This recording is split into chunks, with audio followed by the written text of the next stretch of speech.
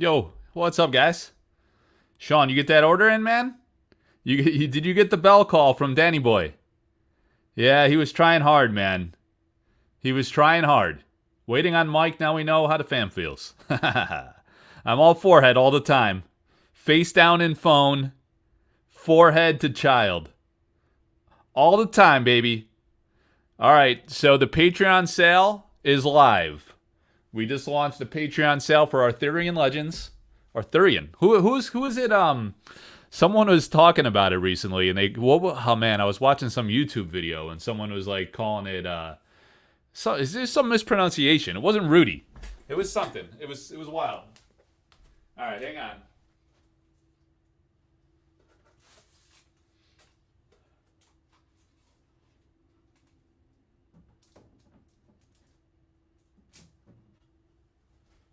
We got a lot to do tonight. What did I miss? We got a lot to do tonight. I just want to let people queue up. We're gonna dust up a little while we're letting people queue up. What's up, John? Tully, what's up, man? Let's see here.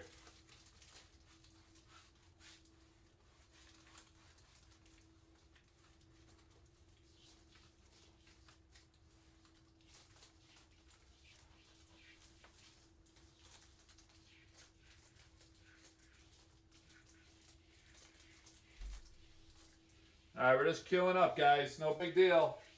No big deal. Nobody panic. Can't let the merch get dusty. All right.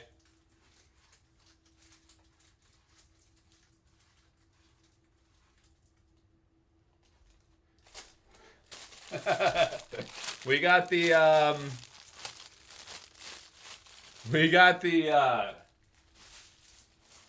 the seasoned sellsword. I just got the seasoned sellsword touched up.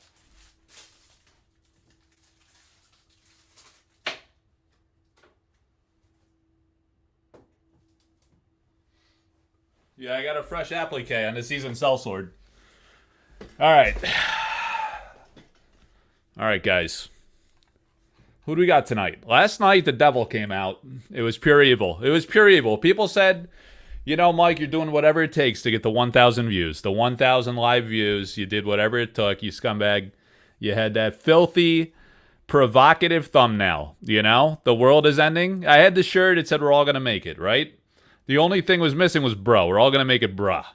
You know? But it just said we're all going to make it. And then we had the sorcery logo, and then it said in flames, right? And the idea was you got some people that are saying, like, we're all going to make it. No big deal. You know? There's some hiccups along the way. And there's other people that saying, like, you know, it's over for me now. It's over. You know, what I'm going to do? I'm going to go back to playing Magic or, you know, like Pocket Monster cards or something, right? That's the spectrum we're on here. We got a wide spectrum of sentiment, you know? Look at this. Wait a minute here. I got a notification that Dan's frog in hand. Oh, no, this was David Bousquet. We got a frog sucking on a pinky, and it looks like Zuck tried to block that. We can't have that. We cannot have that. We can't have that Zuck, I'm saying. Like, that's got to get through there. People need to know that the pinky, you know, is, you know, the pinky's in play. If you got a frog in hand, the pinky's going to be in play. All right, so who do we have here? We got all the Patreon guys are fresh off the sale. We had the Rudy sale yesterday. We had the Collector Arthouse sale tonight in Patreon. Was able to get pretty good number of boxes. Definitely, like, relatively speaking, you know, there's a lot of people hurting for Wave 1 boxes, unfortunately. But we were able to get a pretty decent amount for Patreon. I think it was, you know, some people were saying they're getting like 20 to 25% in Wave 1 and then 75% in Wave 2. I think I got, you know, with my primary store partner, I think close to 50% of what we asked for. And we asked for, like, a lot, you know, because there was huge demand in the Patreon. The Patreon demand was like, it was a lot. Let me just say it was a lot. There's a lot of people in there. I thank you guys for that. And it's not like there's like a few people. I was talking about this in the Patreon Discord channel in my Discord earlier. And it's not like everyone's asking for 5 cases. You know, there's some people that wanted 1, 2, 3 boxes, and then other people that wanted a few cases. And some of the guys were saying, like, yeah, we diversified. We kind of hedged our bets, and we ordered from Team Covenant, and we did the Rudy deal, and we did your deal, Mike, and this and that, which is a smart thing to do because you never know with these releases. Same for Sorcery, same for all games. But anyway, that was the Patreon sale. So thanks to everybody that supports the channel and the Collector Arthouse efforts. And tonight we're going to talk about like the optimistic, like the upside of Sorcery, not like stonker upside, like financial. You know, we're talking about like the prospects of the game.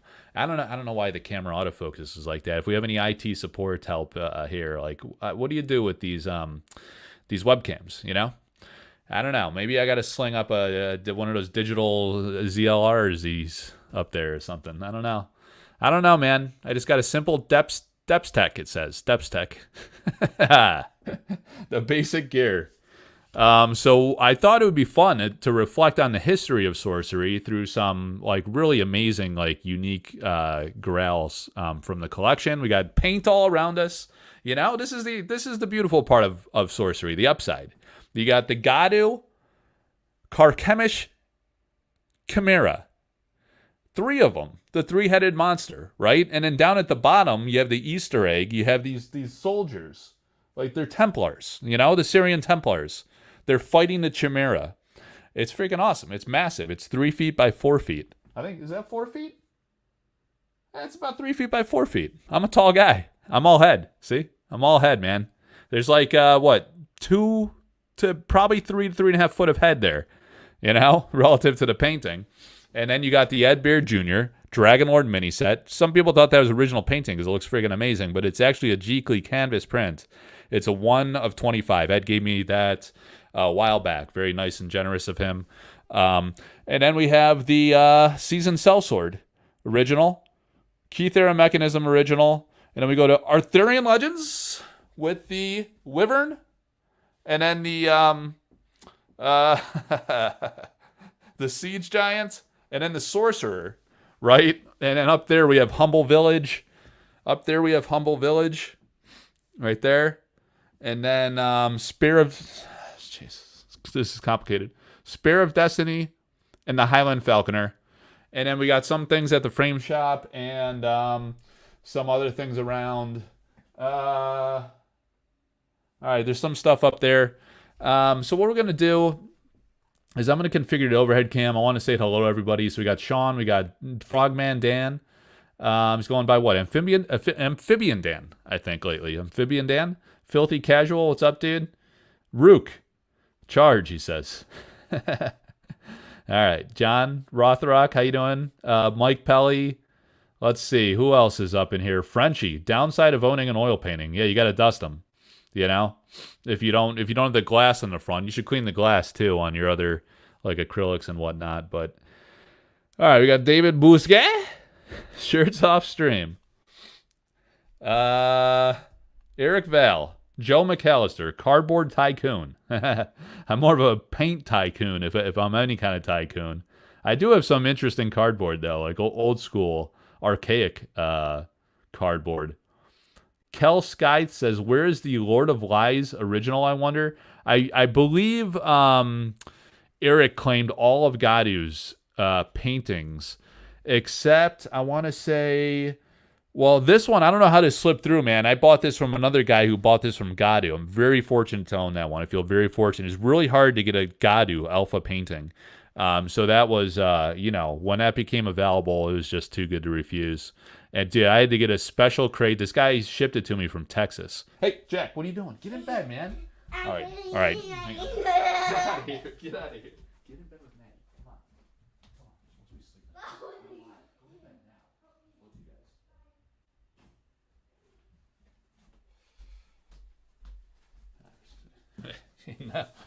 now. Both you guys. So anyway, I got that painting, and the 4th head of the Chimera just came out. I had to get him the hell out of here. So that Lord of Lies, I mean, I don't know, man. I heard another one got one. Another guy got one too. But he's like, dude, he's far away. I don't think I can acquire it. It's a Gadu. It's a got to. Let's see. Eric's psyched for the Dragon mini set. It's going to be unbelievable. I mean, look at that Dragon Lord's Lair. It's incredible. How much I think that Dragon Lord set's going to cost? You, not... Oh, so how much do you think that Dragon Lord set's going to cost? I don't know, man, because we really don't know a lot about the Dragon Lord. I think it might be... What if it's just like a cheap thing you buy, like the play kit, you know, like the draft kit, play kit thing. I don't know. It's because it might only be like 10 to 20 cards. People are saying now it's like 10 paintings is what we think. I don't know that Ed did more than 10 paintings. I mean, it took him a long time to do those ones. That was the original vision, I think he said, when he came on my live. And then, I mean, he's done he's 42-year career as a premier artist. So he has a massive portfolio of work. Eric could have commissioned more if he wanted to expand that set, but we don't know the form factor, like even what it does. Is it a play set? Is it a collectible set? Does it introduce some kind of innovation on the gameplay? I don't know. So Dan wants to talk about how he's going to win the Ecstasy of Gold. So we had a big announcement for Sorcery Con, Las Vegas, baby. Let me go to the overhead. Cardonomics. What's up, man? Is that Oh yeah, it's the man from the deep south. Cardonomics. Charlie, right? That's what his thing is called, right? All right, so look. Look at this here. Look at this painting right here. We call this Ecstasy of Gold. I was going back and forth with Dustin. So let me show you guys a prior post I did here in the Sorcery Contested Realm community Facebook group. I'm shot out of a cannon tonight, guys. Look, yesterday I was tired. I was very tired. And I was drinking on the job, and I wasn't like drunk or anything. I was just very tired.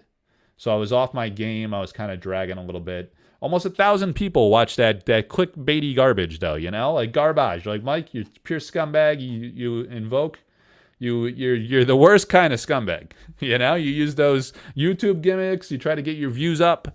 And I was like, I don't know, man. I do like a lot of lives. I'm not really doing much for the algorithm. So it is what it is, you know? You lure them in, they watch the content, they either like the content or they don't like the content. If they don't watch the content, then it's a waste of time for everybody. You know, it's kind of pointless. So anyway, reached out to Dustin. I was like, dude, we need a painting for Sorcery Con, and I think you're the guy to do it. It'll be a tremendous opportunity because Dustin Brossard is not an artist in sorcery. He is an altarist, amazing altarist. He's been doing altars for about 10 years. He's also a tattoo artist. And he's been doing Magic the Gathering altars for many years. And then a great guy in the community, one of the old school Magic players actually said, like, hey, you got to check out this guy, Dustin Brossard. I think, I've seen you've been doing altars and you've been working with a lot of the sorcery artists, doing artist proofs and paintings and whatnot. Like, this guy, Dustin Brossard's a freaking stud. And I was like, all right, well, let me take a look. And I looked at it and it was like, damn, he looks like he could be a straight up sorcery artist. I mean, his style is incredible. So I got to talking to him, and we started doing like altars, and we do it like in the auctions on the community group and on the Collector Arthouse Discord. And then so for Sorcery Con, he wanted to come to Sorcery Con. I reached out, he's like, do you want to go? And he's like, yeah, right away. He's like, dude, I'm in. I'm definitely going. And I was like, that's freaking sweet. You know, like you should do some like full scale paintings and show off your work, because he's doing all altars, but he can do anything. He's a tattoo artist. I mean, tattoo artists can paint a frog in your face if you want to. I know a guy that might want to in Vegas weekend, but he could do anything, man. So I said, like, why don't you do a painting? It'll be a great opportunity. You know, you don't have sorcery cards that people could sign at your table. Not everyone can buy an original painting. So let's do an artwork commission. He can do prints for it. He could bring prints to Sorcery. You guys can buy the prints. You could sign the prints for an added cost or whatever. And, it's one way you can make some money while he's there. And then also he could get some visibility for his work. You know, that's one of the predominant reasons why a lot of the artists work with me, for the convenience, but also because I have a lot of reach across sorcery and a lot of art enthusiast types that really enjoy the artwork. So it's great for everybody to get a lot of visibility for their work and, more appreciation for their work. So Dustin's going to have an original painting, and, it's a great opportunity for him. And I said, like, there's this Frazetta card, and he loves Frazetta too. And I was like, this Frazetta card was like a promo, and it's freaking like epic. I've always liked this epic pose. I got to go like this because the overhead cam, where he's got his arms stretched and like the chaos above him, you know, like a sorcerer, you know, summoning something above him, these flames. So I was like, what if you took that like in that posture, but do like make it more Arthurian with like a wizard Merlin, right? Doing that. And then like the Holy Grail hovering above with this emanating glow, showing the essence and the power of the Holy Grail and kind of the struggle and the victory. Like you're playing in tournaments and then you're striving for victory. You're striving to be the victor and you're striving to chase the Holy Grail, and you are the victor, right? Initially, we were playing with a different concept that was pretty sick. But anyway, that's what we settled on. And this is the final result. This is the original painting, 11 by 14, that someone's going to take home for the Sorcery Con main event. Ecstasy of Gold is the title that Dustin settled on. So you have this incredible wizard in this epic castle, you know, standing in victory formation, paying homage to the epic glory of the Grail. It's unbelievable. It's amazing looking. I can't wait to see it. He said, you know, it kind of looks small. It's hard to get the full appreciation for scale, but 11 by 14 is, it's a pretty good size. It's probably like my, if I go back here for a minute, it's probably comparable to, you know, this is more of like an 8 by 11. 11 by 14. Let me see what, I think, is that the seasoned sellsword? Let me see here. That's 14 wide by 18-ish. These are, that's about 11 by 14. All right. So it's about the size of the Siege Giant, and the Siege Giant and the Sorcerer, you know? The Sorcerer, look at this, Sorcerer. I got it in the acrylic back. It's a bad idea, hang on. All right. So the Siege Giant, this is going to be a fun card. This is the original painting of Siege Giant. This is going to be a fun card in the release, because you can just toss guys around the realm, you know? You're just tossing them. So, anyway, I'm looking to probably sell or trade this one. Because, like, you see, my stylistic taste is a little different. This is, like, an awesome card for a player of the game, because it's going to be a great card. It's an awesome painting for a player, but that's about the size, right? That's about the size of the prize of the Grail. The Ecstasy of Gold. All right. Get a frog tattoo on your gut and make it dance. If you're not fat, then get fat. Some good advice for Danny Boy there. Look good in my room when I win it. All right, yep. All right, guys. So what we're going to do here is we're going to talk about the prospects of sorcery. We've got to start with a walk through the history of sorcery. We're going to look at some amazing stuff as we tell the story of the evolution of sorcery from the early days to the modern day today, and then the prospects for the future. So what we want to do here is reconfigure my overhead cam. All right, so I get the bar back right in front of the freaking webcam, because I'm a mama look at a year and I don't even know how to fix that. But whatever, doesn't matter. Doesn't even matter. All right, so what I got to do here is press some buttons, poke some cords around. I got to, let me see here. Go off camera here for a minute. All right, so we're going to put this one over here. All right, so we got that. Got a couple of our pad folios, tape measures. All right, guys. All right, this is what we're going to do. We're going to go to stop sharing and...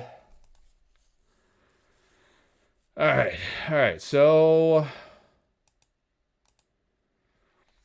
All right, the thumbnail for this one was sick because I extracted the wizard and I got rid of the background, and he's got the bull from Wall Street.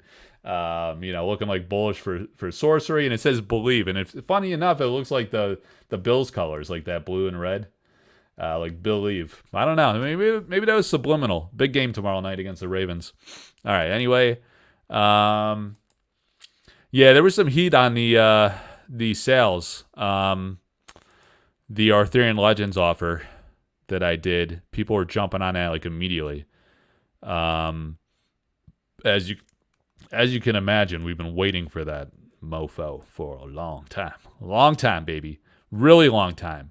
All right, hang on. All right, so we're gonna do a switcheroo. You know, I like being on the left though. I don't like being on the right like that. I don't really like that much, but anyway, here's the overhead cam, guys. Not going to need a keyboard. How do we want to start this? Earliest most days. We were in the Discord. Let me see. Toss in Grim Reaper? That'd be sick. All right, I got these in Indian. What the hell are you guys even talking about? All right, so overhead cam. Early days. Pre-alpha we got to start with. These are the bearish cases. These came later, right? See? Bearish. On the bottom, people are like, the logo's on the case, Mike. I was like, well, look, no logo. As you're looking at it straight ahead on your shelf. All of a sudden, no logo, right? So anyway, that's that one. So before there was sorcery, in the very early days, we were in the Discords, right? And all we had was digital files. We had digital files. The game was in Tabletop Simulator. There was this lunatic in the Discord who was like really hardcore into the game. And he was, he's like, this game's busted, man. It's like, it's cool, it's fun, it's flavorful, but you guys got so much work to do. It's jacked up, everything's overpowered. There's like all this, it's flavorful, So even like early on, the roots were, it's playful, it's flavorful, it's a fun freaking game, right? And people, they want control, they want to be competitive because they want things to be predictable and controllable. The way you construct your deck. If you've played, I am a professional Magic player as a child, and then as an adult, I was a Hearthstone champion of the world. So I know how games are played, and I like the control decks too. That was my style of play. I wanted to smash your face hard, like not like an aggressive type. I mean, like I wanted to like break your will and completely demoralize you and make you feel bad about yourself, but not like in a red like aggro deck kind of way. I wanted to be a control deck and just like own you and like be like, you're doing nothing, you're stopping nothing. You're just gonna watch me play, and I'm gonna do whatever I want to you. That's what people want out of the sorcery. They're like, what do you mean this RNG and this wild splashy stuff? But that's what sorcery is, It's a big part of the game. It's experiential, it's fun, it's swingy, it's unpredictable. It's like life, So, in early days, that was the thing. So as it turned out, we came to discover what was known before the sample cards. I'm going to go pre-sample cards.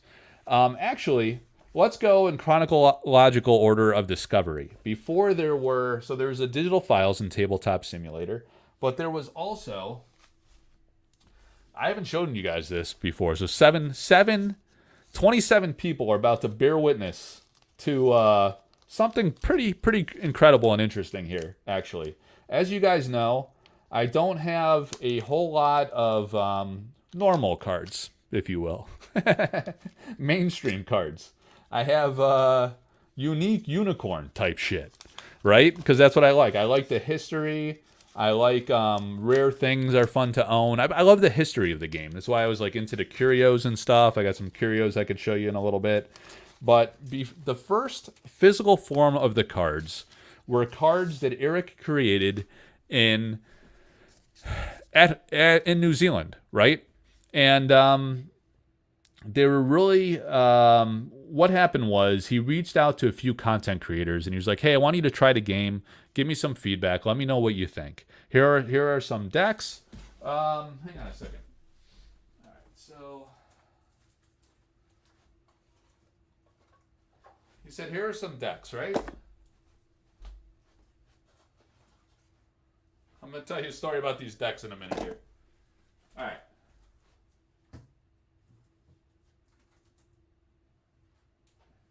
You good? You good? You good? All right, she's good. All right, so he said, here are some decks. And if you notice here, you see a little bubbling, a little bit raised? What he did is he created these deck boxes down in New Zealand. And he took like I'm not sure what kind of deck box. It was probably, like these Ultra Pro decks or something. It's actually a lone sleeve in here. Abandoned. And he printed this packaging on. Because this was pre-production, right? Pre-production. He glued this to the deck, and you could tell. Like when you glue stick something, you can get some like raised surface, some bubbling. That's what you have here on these decks. Eric made these down in New Zealand. And it's interesting because on the back it says, Sorcery Contested Realm is a tactical dual card game with iconic hand-painted art. This pack contains all you need for one player, one avatar, 16 atlas, and 36 spellbook cards. So here we are all these years later, and the deck requires, what is it, 3050? It was 2040, now it's 3050, and then it's going to 4060. But back in the day, it was one avatar, 16 atlas, 36 spell cards for the precons. So you had the Earth, and then let me see, are these actually, it just says, here you go, pre-constructed. Take a look at this, guys. This is history right here. Pre-constructed Earth deck, right? And this is what I was just reading to you. Sorcery Contested Realm is a tactical dual card game with iconic hand-painted art. This pack contains all you need for one player, one avatar, 16 atlas, and 36 spellbook cards. So you have the Avatar of Earth. Where did I say that was labeled? Here, pre-constructed Earth deck. All right, pre-constructed Wind deck. Remember, it was wind before it was air, right? And then pre-constructed Water deck and pre-constructed Fire deck. All right. So look at this guy. Even when he was like gluing it on, he had it on the flaps. He was working on the design. He had it kind of like overlap, and here it's kind of lifting a little bit with the glue. So these aren't in like perfect shape because they're well loved. This is a historic item. There was a post on Facebook ages ago, and he said, I sent out one of these to a content creator. And you're going to find out who that content creator was in a moment. It wasn't me. I didn't exist back then. It was sent to one guy, and it was sent to 2 playtest groups, he said. So we think this is population 3. As far as we know, he might have had his own personal copies, but he sent 3 out into the wild. 1 to a content creator, YouTuber, and 2 others to playtest groups. And there was a video where he showed that and he talked about that. And there's a post in the Sorcery Contested Realm Facebook page, not the group, the page, right? So this is one set of those 4 decks. And I have all the cards from those decks. I acquired all of the cards from those decks. Real amazing piece of history. And I put them in these boxes by Bearish. You can go into the link, and I have a 5% discount for Bearish. There you go. There's my shill jab, my self-promotion. I have an affiliate. It's not an affiliate deal. I get like a percentage when you go and buy from them and you use my code. And it's just an amazing product. So anyway, here's one of the decks, right? And I'm going to show you this. I got them all sleeved up. Here's the avatar on top, right? So we have this is the Avatar of Earth. This is the Earth deck. So we have the Spear of Destiny. These are the original cards. Let me show you, first of all, what the provenance of these cards are, right? Look at this. Look at this here, guys. Certificate of Authenticity. Anybody recognize the symbol? Anybody remember the story from the early days of where these emerged? Look at this. These 4 Sorcery Contested Realm pre-alpha test decks were given to one Kellen Rosenberger, a.k.a. Red Zone Rogue, by one Eric Olofsson, the creator of Sorcery Contested Realm and founder of Eric's Curiosa, to test the game and provide early feedback. The decks include Water, Wind, Fire, and Earth. And there's Kellen Rosenberg. He signed it, dated it, July 23rd, 2024. That's when these were acquired. And then I acquired it from the person that acquired that. So he shows the 4 avatars in these deck boxes, and then the box. Got the original boxes that Eric sent him and he handmade himself, and the cards that Eric printed himself. So these are the earliest, most cards to exist, with exception of perhaps Spellcraft cards, which I'm going to talk to next, because I acquired those earlier, right?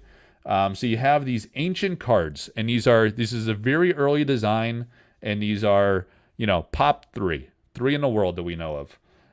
It's really cool because you have cards of all different design type, design detail. Remember the early splash effect of Craterize?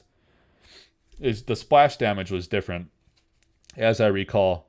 And Elite, so, some of these mirror the sample cards. Look at this. The Atlas Wanderers, Elite Mythics, and Eternal Bearers of the World. Mythics, right? Elite Mythics. They changed that in the final version. All right, I'm max zoomed. So these are full playable decks with the one Atlas, the 16 cards, the iconic Pudge Butcher. These cards still had the copyright symbol at that time. And what did it say? How many? 36 spellbook cards, right? So there's a lot of cards in here, which is pretty amazing. So just quickly going through, let me see if anything really jumps out in this particular deck. There was some really amazing, unique things. There were some things that I think Eric had handwritten on. I remember when Red Zone Rogue was talking about that. You see the color saturation's different because he printed these locally. The corner roundness is different. Look at the rustic villages, the Vantage Hills, and then look at this one, right? The Humble Village. I actually own this original painting. It's the one up there that you can't see. It's too high above the screen here on my top shelf. The Humble Village, and it was simply called Village in the early days. But there's other copies in here that I believe, here you go. There's one that's actually called Humble Village. So he's experimenting with the name. It wasn't quite settled. And then Holy Ground, right? If I look at Holy Ground at collectorarthouse.com at the website, one moment. I'm going to pull that up on my side screen and go to Mikhail Nagypal, who will be, he's Dan Frogman Dan's god, Mikhail Nagypal. He's going to be in Vegas, right? And I'm going to show you guys something pretty incredible. All right, so this is the early design, Mikhail copyright, Genesis, nearby friendly minions gain +1 power. And you see, just like the sample cards, they had denotated regions, the region names that did not make it into alpha. They changed that in alpha in the core set. All right, so you have these decks. These decks are really special, man. I always thought it'd be absolutely incredible to own these, and here we are. Absolutely honored and privileged. Here's one. You got Village and then Simple Village, right? So really amazing and incredible. Iron Skin was a thing back then during testing, says Pelly. A lot of OGs still around. I love to see that. That's one of the bull cases in Sorcery. I actually got this backwards. The one with the bearish logo. You want to put that on the bottom because then the weight of the cards kind of makes the shutter door stay shut. So I got it backwards, but I don't want to waste too much time on this. I'm trying to go through the progression of the history of Sorcery and really take a moment to appreciate its history as we embark on a new expansion and be optimistic and joyful and, celebrate like the excitement of a new release. There's a lot of new cards, a lot of new art coming, and we have a lot of amazing, brilliant history in Sorcery to really cherish and appreciate. And that's really, the approach I took with my collection.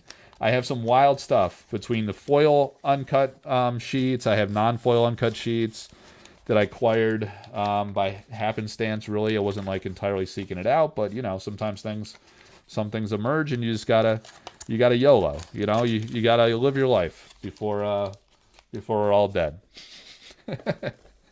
It can get you anytime. All right, so we got those decks, guys. We got all the decks. All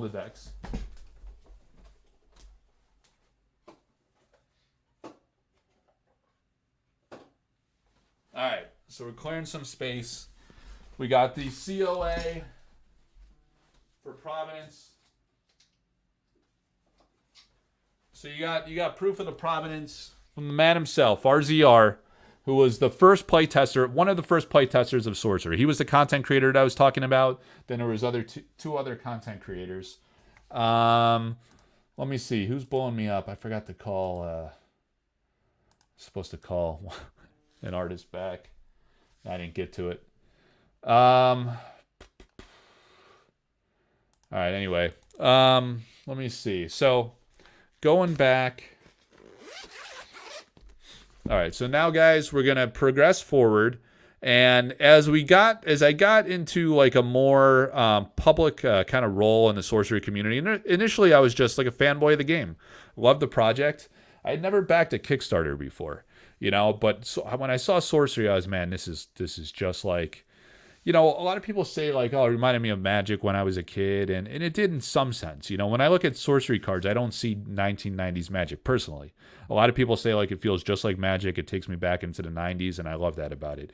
I feel, and maybe I'm just a tortured soul and like beaten down from life or whatever, but I can't recapture like my childhood in the same kind of way. I was a different person back then. I lived in Rochester, New York, and then halfway through freshman year of high school, I moved to Philadelphia suburbs area, and I lost all my childhood friends, and I didn't play a physical TCG ever again in my life, ever. I never played Magic again. I went to Hearthstone as an adult because it's easy to play. I sit on the couch, I'm on the iPad or my phone or something, and I just bang out a game real quick, no problem. It's like it's just me, right? I don't have to sit at a table with somebody for an hour. It's just a circumstance of my life with 3 little kids. I just didn't have the time. So that was like my memories were rooted in my childhood experience and the friends I had at that time, and my mentality is a freaking like elementary school, middle school age kid. So now as an adult, sorcery comes along, and I'm like, wow, look, there's a bunch of the same artists from when I was a little kid, and it reminded me of like growing up with my buddies in the neighborhood and playing Magic, and I was like thinking about, my friend had an older brother that had all the alpha grails from Magic. I was just like collecting mostly revised. I had a pretty, decent but basic collection. But I like looked up to him. I was like, damn, this guy's got it all. He's got all the grail cards, the high-end cards. So when sorcery came along, I was like, you know what? I'm just going to go for it.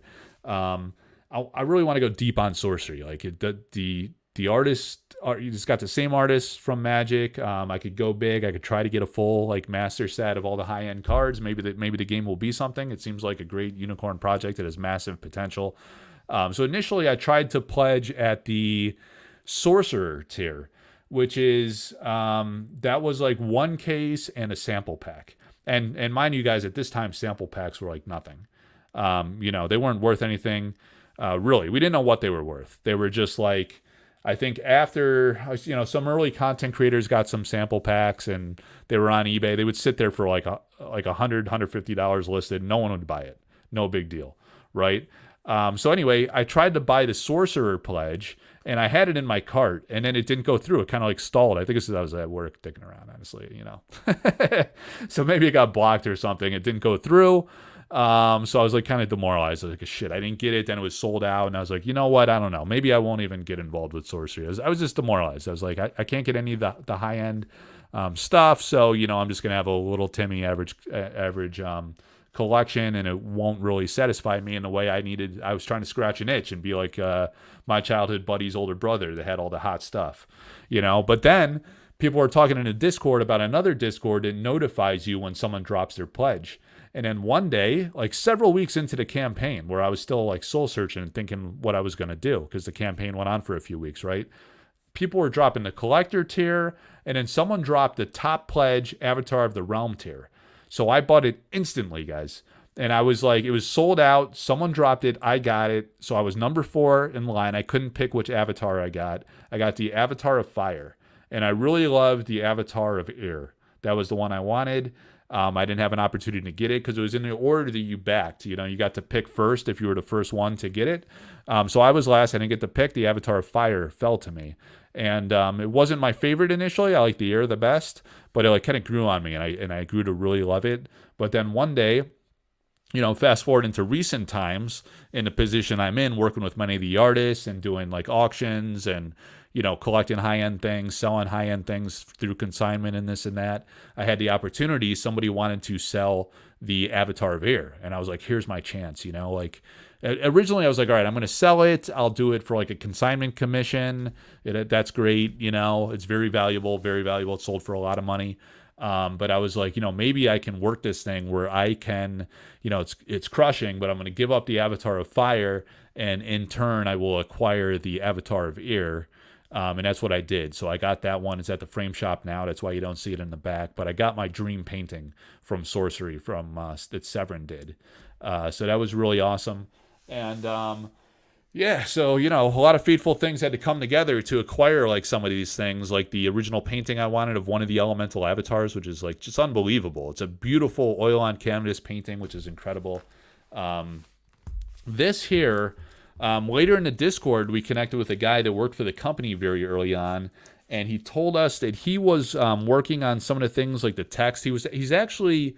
I don't want to like say the guy's name because I don't know if he wants to be private, but this guy has done articles. He's authored stuff for Flesh and Blood, and also he was working with Eric very early on. I think he had worked on Path of Exile, so he knew Eric. He's from down in that area, right? And he said like, I have these cards, these Spellcraft cards, right? And they're like early sorcery playtest cards. And he's like, this is what we were kind of playtesting with back then, and. We didn't have the name of the game yet. It wasn't called Sorcery Contested Realm. It was called Spellcraft, and or at least like temporarily as a placeholder, right? While the name was unsettled, and it still had the Francesca Berald artwork. She did this painting. She did this beautiful like gilded painting style around the border, and then these cards were kind of like homemade, home cut. That's why you see some bleed over. This is probably Men of Lang or something that kind of bled over on the side of this Common Sense. And because you got a Drew Tucker, right? They're probably all together in the print file, and then they cut them up. And you have the Spellcraft card. And I acquired, like, at first he didn't want to sell them. He felt, he's like, I don't know, like, how to price it, what it's worth. I don't know how valuable that might be. And plus, like, I don't know if Eric, if he'd be uncomfortable with me doing so. So he didn't want to do it at first. But then eventually, I think I approached him again, or he approached me. I forget how it happened, and I had this wonderful opportunity to acquire these Spellcraft cards. And look at some of these cards. Like when this was initially, this is the stuff I love. It's the history of sorcery. It takes you back to the very early days in the raw early development stage of these cards. And you had cards like the Glider by Elvira Shakarova was called Ornithopter when it was initially commissioned. So this Ornithopter Spellcraft card, which is incredible. I'm gonna pause in a moment and take some of your questions, guys, because I see you're talking in the chat and I'm missing everything. But there's also these unused artwork. Like this is a Jeff Easley painting, and it says an elite but uncontrollable mythic emerge. So it's a mythic, They had this mythic in a type line text, and that is a type, a minion type that did not transcend into alpha. So that was very unique, very different. Firelands Ifrit, And if you remember on the back of those Red Zone Rogue cards that I was showing you, I'm actually going to grab I have some basic lands. Here we go. Like we have Dan Seagrave's Ruins. It's a dual. The dual site, Spellcraft, right? And on the back of the Spellcraft, these had the regions on the back, if you could see that well enough. And in the, where was the Firelands? On the right side here, it's going to be hard to make out, but in the hills, it says Firelands, right? So each of these regions had a designation to it. So the Firelands, was where the red fire source would be from. You had Midland, that was probably Earth. You had Unland, that's probably represent the water deck type, and then Highland, which would be like your airborne air type stuff, right? So for the 4 different regions to represent the 4 elements, which they ended up getting away from because they didn't want to have like a lore-centric concept. They wanted Sorcerer to be more of you tell your own story, more experiential and discoverable. So we have this beautiful, amazing Spellcraft collection, which I have profiled in the past on the channel. Here's a real interesting Peasant Rebellion. It was an artwork that isn't used in the game yet. The Sleeping Giant I've showcased on the channel, and alternate art. I sold the original painting for Liz Danforth. We did an auction of that several weeks back. But this is an alternate art version by Elvira Palikowska that was not used in the game. And this one also says an Elite Mythic. Rests his eyes here. So the Rolling Boulder, we have an alternate art for Rolling Boulder. I got 3 of those. The Fiery Inferno, Brian Smith, man. This is some grails. People love Brian Smith. You got 2 of the Pudge Butcher, the Fiery Inferno, the early development of Squirming Mass. You got the little foot soldiers, the towers. It just was called towers, all 3 of them simply said tower. So we got each of the lands. And then I got some artist proofs and stuff, Sudlow's and Elvira and Tony Sudlow and Severin Pinu, Andrea Modesti, Francesca Berald. Man, this stuff I absolutely cherish. Lindsay Crumet, Adam Burke, Brian Smith, Mikhail Nagy Paul. You know, I love the paint, guys. I love the paint. I love the rare historical stuff. Not so much the promos, but sometimes you encounter some promos. So that's Spellcraft.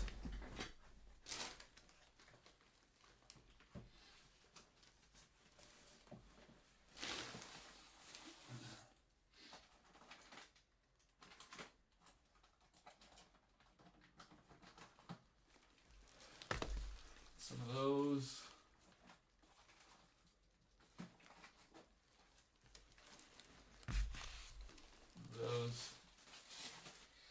All right, hang on. All right, guys. All right, so before we talk about these bad boys, we need to catch up on the chat. 45 minutes in, we're still in the pre-alpha era of Sorcery.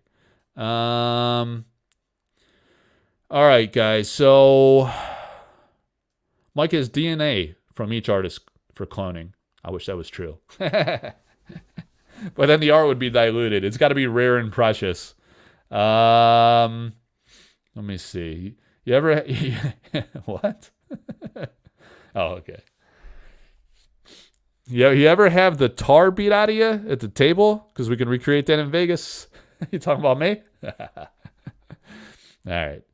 Yeah, smash the like button. You know, always like and subscribe to the channel. I appreciate that very much. Like I said, like about 1,000 people watched my live from last night. I hope it wasn't like because people thought it was clickbaity and controversial and I was being a jerk off or something. But, you know, obviously I love the game. I love the project. I want it to succeed. There's so much about it that's so great, guys. I mean, like, Eric's creative genius is just out of this world. Like, the freaking art. I love the diversity of the art, the stylistic diversity. You know, it's not like the all samey concepts. You know, it's just like, look at this. You got Gadu from the Philippines, you know, invoking his culture and art. You got Severin Pinyu doing stuff that, like, she traditionally, to some extent, does something like this with the gears, the biomechanical mechanisms, and the foliage representing, you know, nature. She does a lot of nature type work. But it's like a different type of concept for her. It's very unique for the game. And then she's got some beautiful stuff like the elemental avatars, which is more like on brand or like in family with her style, with the nature and humanity aspect of things. You got Lindsay Crumet, you know, Truett Parrish, Alan Pollock, you know, has an absolutely incredible polish style. My guy, Andrea Modesti, I love Modesti. I have several Modestis. He's just great. You know, the art's next level. The gameplay design is incredible. Let me see. I'm still so surprised the Spellcraft or sample pack isn't a curio hiding somewhere. Dude, I would die for a Spellcraft. We had the Gridlord, right? Yeah, I'm shocked. And, you know, sometimes I wonder it's because maybe I discovered those and I own some of those. So, you know, some people get upset. They're like, Mike, you're a jerk off, you know, like they think like I'm all business or something. They question my motives. I'm like, dude, I've been around for like 3 years since the beginning of time. You know, maybe you don't know me. Maybe you should not judge me. Maybe you should go fuck yourself. But, you know, people get upset. And, you know, like you're not universally liked by some people. Some people like your stuff. Some people don't. That's how life is. So, you know, if I own stuff, then they get into this weird thing like, oh, then a secondary market, like those Spellcraft cards, people might go nuts for those. Those might have value. It could get weird. Like, let's just stay away from that, right? No one's got Gridlord cards. But the Gridlord, dude, the Gridlord is cool. And Spellcraft would be like freaking awesome. That would be a true homage to the early days.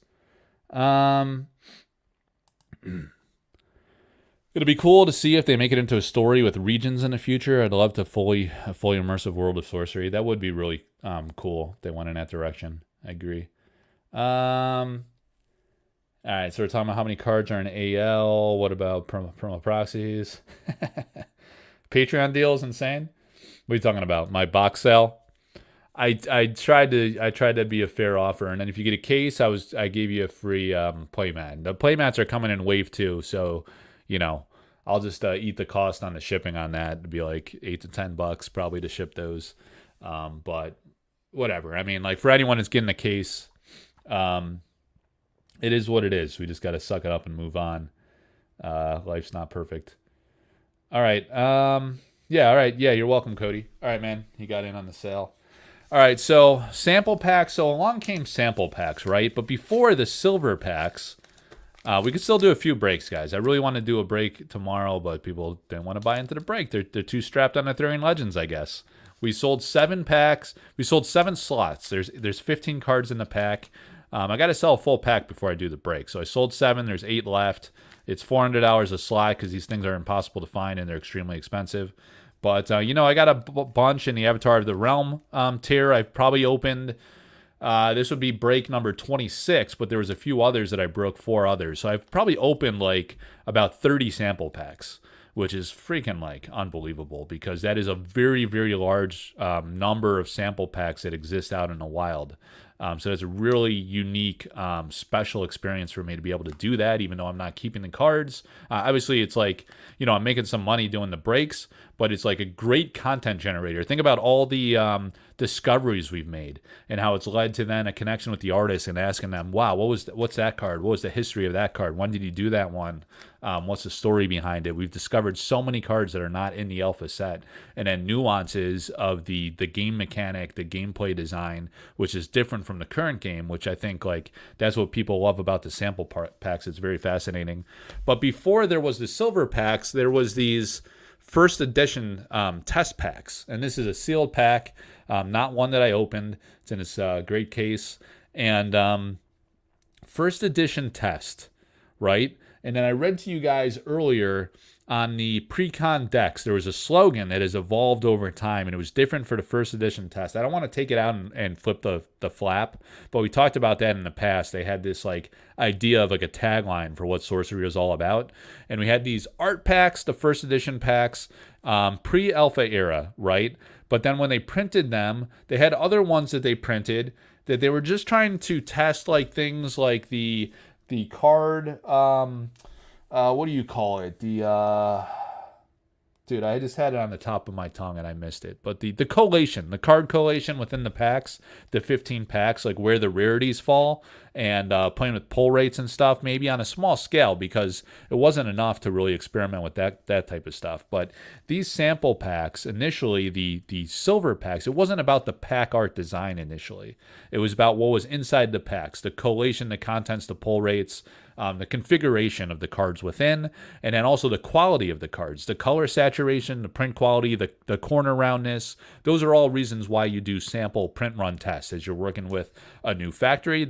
In Sorcery's case, it was the first time they've ever worked with the China factory and the first product they're seeing from them, and they're tweaking the design detail of the card, right? So that's pretty interesting. And then later on, they started playing with the art aesthetic of the pack. So you have this. This is great. This already this has like kind of like as Arthurian Legends comes out, this is gonna feel like a throwback type of art pack design. Because it's just like the spell book. Where it has the do I even have like a regular sorcery card here? Like a regular sorcery card has the that's it. It's the same as the card is on the pack. But in Arthurian Legends, we saw there's the Holy Grail, and then there's the intricate gilding that Elvira Shakarova did, and it says Sorcery Contested Realm up top, and then it has like in the banner here, it says Arthurian Legends, I believe, if I recall correctly, on the packs for Arthurian Legends. So this is more simplistic. You got the logo, booster pack. Really, really cool and interesting piece of history. And on the back, it said first edition test, whereas in Kickstarter, we got these silver packs. And, they were tagged differently based on the region that they came from. That's why some of these have a barcode on the back, some on the front. I did videos on this, on all the detail. The packs from either UK or Europe had this barcode on the front. I think USA packs had maybe no barcode on the back. Do I have any like those left? I tried to, yeah, so the US ones were unmarked with a barcode, as I recall. Is that right? Or maybe that was from down in New Zealand or Australia. I forget. And then the US ones had the barcode on the back. So I got a nice variety. I got a couple that are completely unmarked, and I got some with barcodes on the front, some with barcodes on the back. Really incredible piece of history.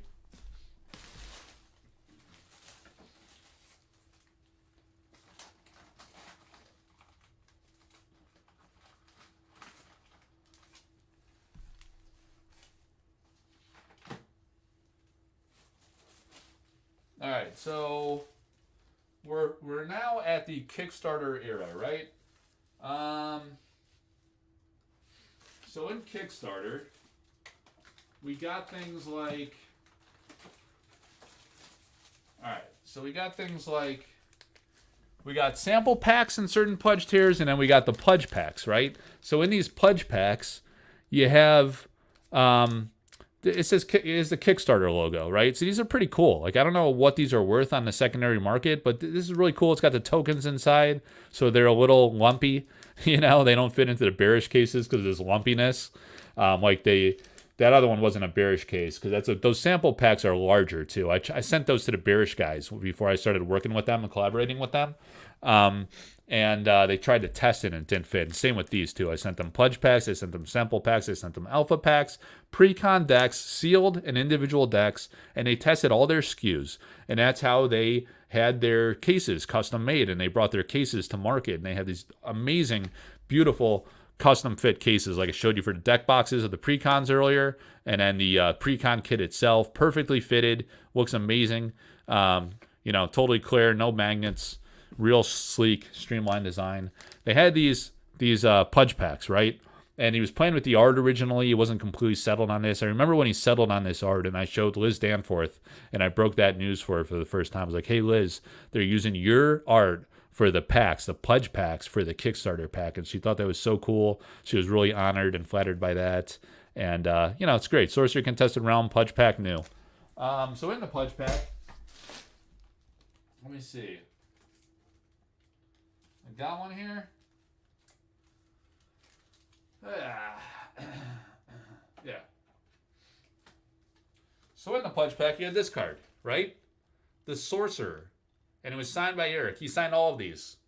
He had to sign tons of those. The Sorcerer. Be careful. Can't get too hasty. This is the original painting by Alan Pollock for that Sorcerer. You know? One of one. Original painting. This looks like it's like a print, right? Look how, Alan's work is absolutely incredible. I think you're going to see some of it in Sorcery Con. Alan's coming to Sorcery Con. He was at the Baltimore event. Initially, he wasn't going to come to Sorcery Con. I was like, Alan, you should really come, man. You should reconsider. And he's like, yeah, you're right. I think I will come. And he decided to, and it's really awesome. So you have this alternate art Sorcerer, and Eric signed that. I thought it would be really awesome to acquire this painting, and have this special painting that came from the pledge pack. It's not in the core alpha set. It's kind of like, it's like a promo card, basically. I guess it's a promo card, you'd consider it. And you got Eric signed it. So it's kind of special. It's like, this is very relevant and draft before these play kits came out. And I don't know. That's like a very special, unique piece of history in my mind. Kind of like the Francesca Berald Sorcerer from the mainstream core alpha set. So really cool to have the pledge pack card signed by Eric, and then the painting, the original painting by Alan Pollock.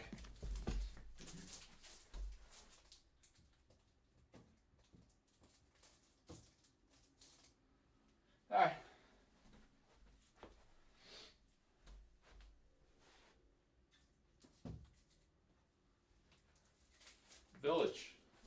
Village, the original Village, Humble Village. Not so good on webcam, unfortunately.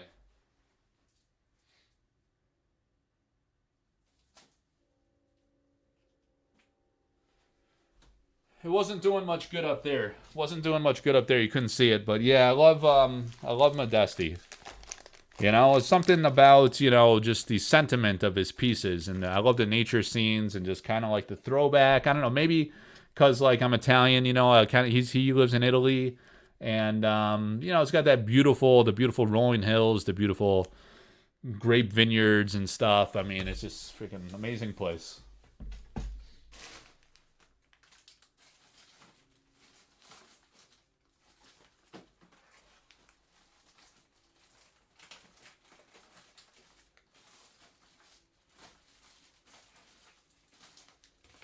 That's what makes art special, guys. It makes a connection,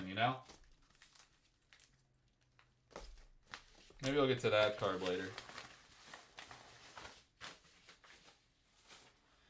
All right, so let's see.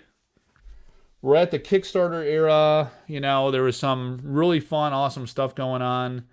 How many original pieces do I have? Paintings?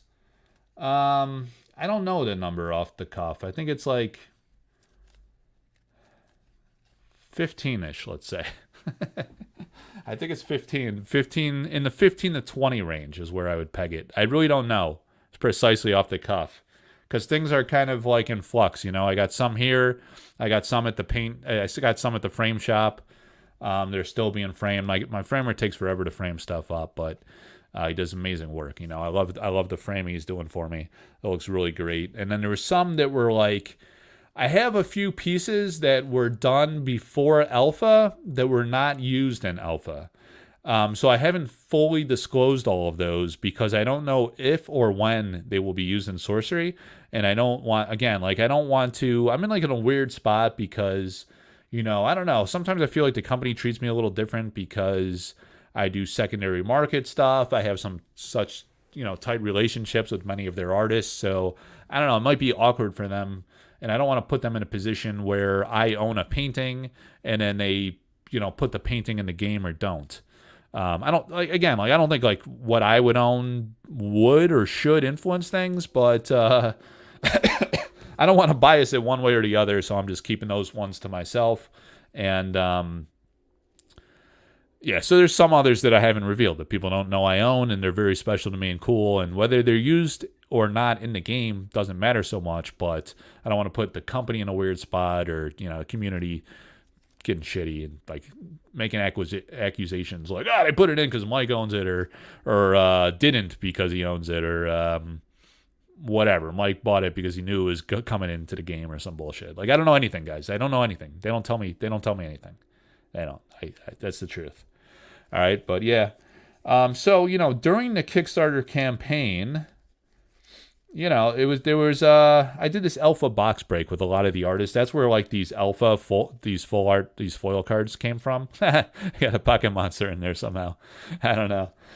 So, you know, I did this amazing, like if you go back to the live section and look at my alpha showcase event, there was like all these like artists popping in. Because I was doing like interviews with a lot of artists. That's how I started my Collector Arthouse website. And Eric really liked all the art content that I had curated there and really liked the website. Their website was very underdeveloped at that time. It was very basic. I think his wife made it initially. And it was good enough to like launch the game. But he's like, hey, Mike, I'd like to link your Collector Arthouse website in our Kickstarter campaign. What do you think? And I was like, dude, I absolutely love to do that. And I'm honored, you know, and he included it. And then, you know, I'd interviewed all these artists. So then I befriended all these artists and I talked to them a lot and I really became friendly with them. And I was like, when Alpha comes out, finally, you know, I was like into the game for a good year and a half, 2 years before the freaking game even came out on Kickstarter. When it comes out, I want to do an opening event. I'm going to surprise all the fans. I'm not going to tell anybody. And we're just going to like one after the next. If you could block out, please, like block out a few hours of your day. And if you're flexible, great. I appreciate it. And they were totally awesome. They're like, yeah, Mike, absolutely. You know, we really appreciate like you've done a lot to like advocate for us and connect us with the fans and all this stuff and like be happy to help out. And they were super into sorcery too, you know, so they wanted to celebrate the release event themselves as well. So we surprised the fans and one artist after the next kept popping in. It was really exciting that they just kept a lot of times, like even me, like I had not seen some of them on camera before. So although I had talked to them a lot, we hadn't like conversed on camera. And because a lot of the artists I work with are in Europe, you know, some of them don't speak much English, like broken English, or they use like text translate. So they're not as conversant. So, you know, as a convenience, we use Facebook Messenger, we use, you know, WhatsApp and different things to communicate.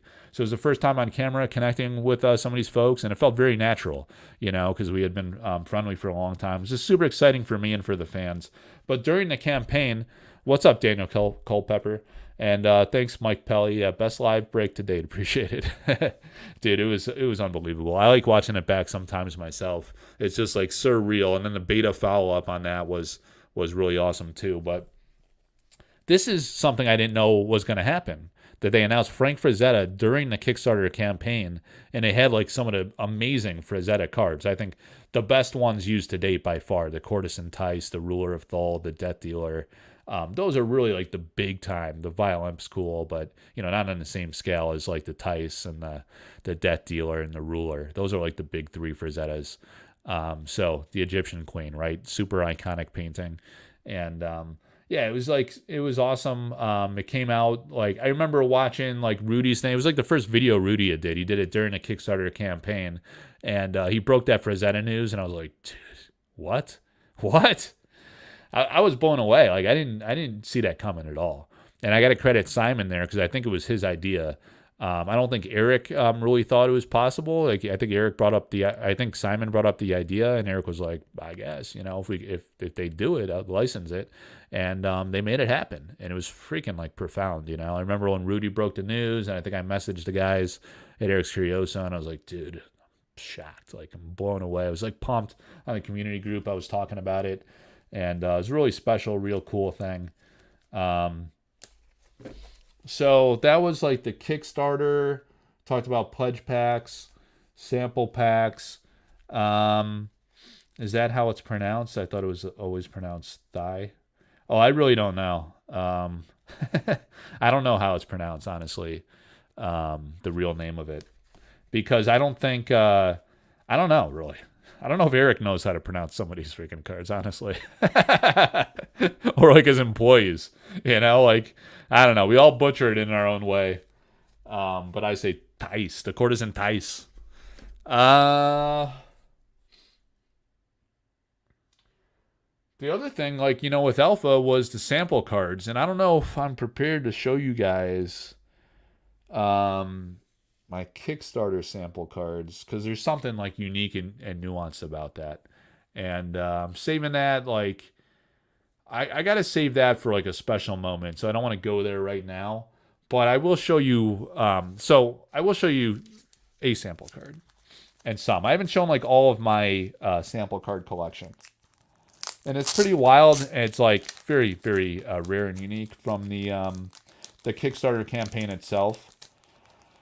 But, I started, I did all these interviews with the artists, and, I was finding out, like, some of the artists, especially in Europe, they don't typically work with, like, agents and stuff. They had no means, they didn't know, like, how they were going to sell their paintings, or their artist proofs, and, they really just were not into the business side of it, too. Like, a lot of them, they didn't want to deal with that so much, like, some think it's awkward to work with financials and to price their stuff. And like in a new game and new art, the price discovery is difficult. Like you don't know what it should be worth. You don't know what the demand's like. The supply side, obviously paintings are one of one.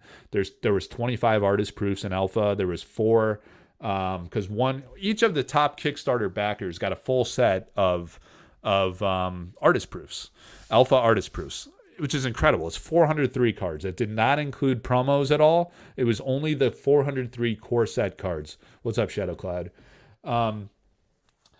So it's like, if you think about that, and I'm trying to sell one for one of the other top backers. I'm offering that for sale, and I've gotten a few inquiries. But there's only 4 complete sets that were given out or included in Kickstarter pledges. And to acquire all 403 artist proof cards is absolutely unimaginable for a few reasons. For one, you got the Frazetta cards, right? And those were all sold. The sisters sold all those, the estate, the family. And so you can't get those anymore unless you get them on the secondary, and they're very expensive, right? And then they have other weird things that happen, like Vasily Ermolayev, right? Like something happened there where like his artist proofs were shipped to him. It got stuck in shipping along the way. He never received them, so he doesn't have any artist proofs. It's really a sad thing, because Vasily's a great guy, super nice guy. I've talked to him a lot. I've helped him sell some prints. I had him in Baltimore, and then a few, the rest sold out to fans, to Patreon members, and different people. But he doesn't have the artist proofs, so you can't get a full set of artist proofs. And to get 403 is just like insane. Like to try to track those down from all those different artists. And then you have other things like Adam Kaspar. He's a buddy of Mikhail Nagipal. They were in art school together, old time buddies. And he's not tapped into sorcery at all. He's just kind of like off the grid. So he had his one card, the Bedrock. I think it was a late ad in if I look at that art card, It shows the order of artists commissioned. Yeah, as I recalled, Adam Kaspar was the very last artist commissioned for Sorcery, besides the Frazetta Estate announcement. So Adam only had one card in the set. He's not really, like, as far as I know, like, following Sorcery whatsoever. So his artist proofs are just lost in the wind, right? And then you have, like, Rodney Matthews. I mean, the Rodney Matthews artist proofs are worth, like, easily $1,000 or more. You know, he does commissions for $1,750. We've sold a few commissions, or up to $2,000, depending on the commission that people want and the complexity of the design. It really comes down to, like, how much time it's going to take him to do it and how much effort. You know, we have a artist proof that I'm auctioning for Elvira Shakarova right now with the Elementalist, and she said, like, she spent a full day, 9 hours of her time painting that card. So what is 9 hours of your time worth? You know, anyone that has a professional job or is at the top of their profession, like a skilled craftsman, like an artist, I mean, their time's valuable. So 9 hours is a lot, you know? So some people say, like, the card sold for, it's at $1,500 now at auction. Some people think that's a lot of money, and other people are like, yeah, totally makes sense. I mean, what would you expect if you go to, like, a master, a professional, and they're doing, like, a very detailed painting that took them 9 hours of their time? That's why it's special. You know, I think people underestimate artist proofs. They're very unique. Every single one, even though there's only 25 that the artists have, and then there's 4 that the avatar backers have. So call it population 29. Some are very hard to get. They're scarce. The demand, there's a passionate demand for them. They're not, you know, it's a niche category. It's not mainstream like the like alpha foils would be, and stuff like that. But every single one is a unique one-of-one artwork. They're all uniquely different. And, you know, so they're like a work of art. They're like a mini painting. That's why they're so awesome and valuable. But the artist proofs, they had square corners, right? So there's the artist proofs. And I didn't buy any from Severin. I ended up working out, like, I got the Keith Era mechanism because I bought that original painting, right? I have that original painting from Severin. Tragically, she did not get artist proofs for the elemental avatars by some weird logic. Like, I know they didn't do it for artist proofs. I thought it was a little upsetting that they didn't do it for the elemental avatars, because those actually were in the core booster box set, right? But he did it for, like, I guess the way Eric rationalized it is he did it for, like, the non-foil core cards. And the non-foils were exclusive to the Alpha Precon decks, and they were not in the core alpha set. So I think, you know, what I think was really, it was a matter of logistics. Like, when they did the artist proofs, they did it square cut instead of rounded, and they cut it from the non-foil print sheets. So that's why you don't have the elemental avatars, unfortunately, and he didn't make a special exception for those, so those don't exist. But anyway, the Philo Stone is one I did not acquire from her directly. I actually auctioned this one, and then I acquired it as part of a collection that I purchased from the person that did that. And then this one's from my personal collection. This absolutely stunning, the first ever done Philosopher's Stone by Severin Pinu. So she painted this on the card. She kept the 1 of 25 for herself, and I think she's mentioned she might keep the 25 of 25 or some of them for her family. It's kind of like a legacy for them. She's got some kids and stuff. And, you know, this is a beautiful artwork and just such a super iconic special card. I just had to jump on the opportunity to get this one back. So I sold it, and then I had to get it at a premium as part of a collection. You know, it sold. This actually auctioned at the time, I think, for $6,500. It was a record sale for artist proofs. But if you think about it again, like, you have the Alpha Foil Philo Stone, there's 248 copies of those out in the world. And, like, who knows how many would ever come to market. It's going to be a lot more scarce than that. But there's 248 whereas there's only 29 of these, and there's only one in the world that has that painting on it. So it's a unique one of one from Severin Pinu. That's a pretty special item. You know, so personally, I think, you know, that should be priced comparably to an Alpha Foil Stone. Why not? If not more, right? Because it has unique original art on it, and it's more rare. So yeah, it's a beautiful proof. I love that one. It's a very, very special part of my collection. One of the things I absolutely cherish and will for a long time. Because, you know, I love Severin as a person. She's a very sweet, nice lady. and great friend and everything. And her and Elvira Shakarova were probably the first two artists that I worked with, I think. Maybe also Mikhail Nagy-Paul and Kyle Calazans. Probably like Truett Parrish, Marta Molina. Not too much longer. Elvira Palakowska, Vincent Pompetti.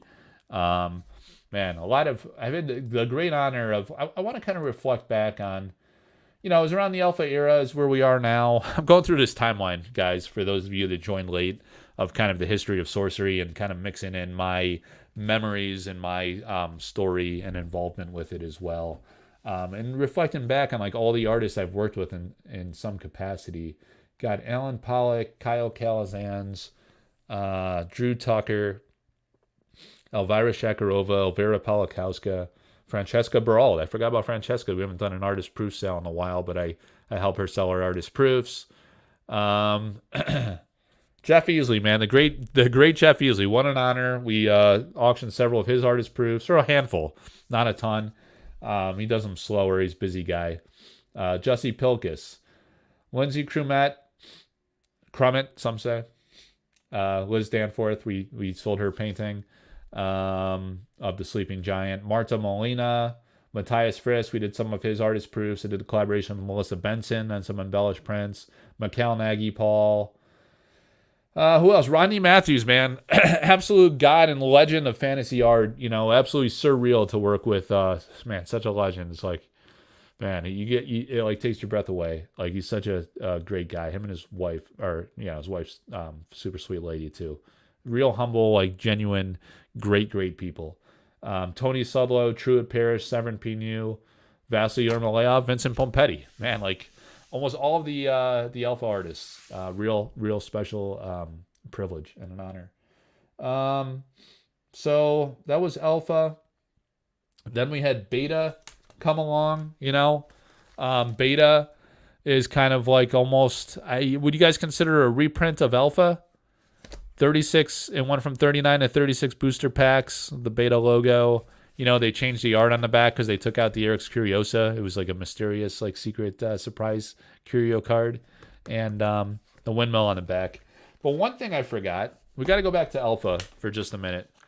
Chime in chat if you guys want to talk about something else, or if you think I missed something in the timeline of Sorcery's history through Kickstarter and the alpha debut.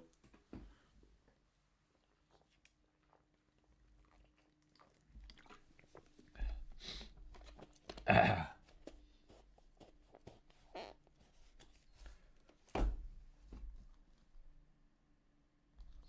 are people talking about here?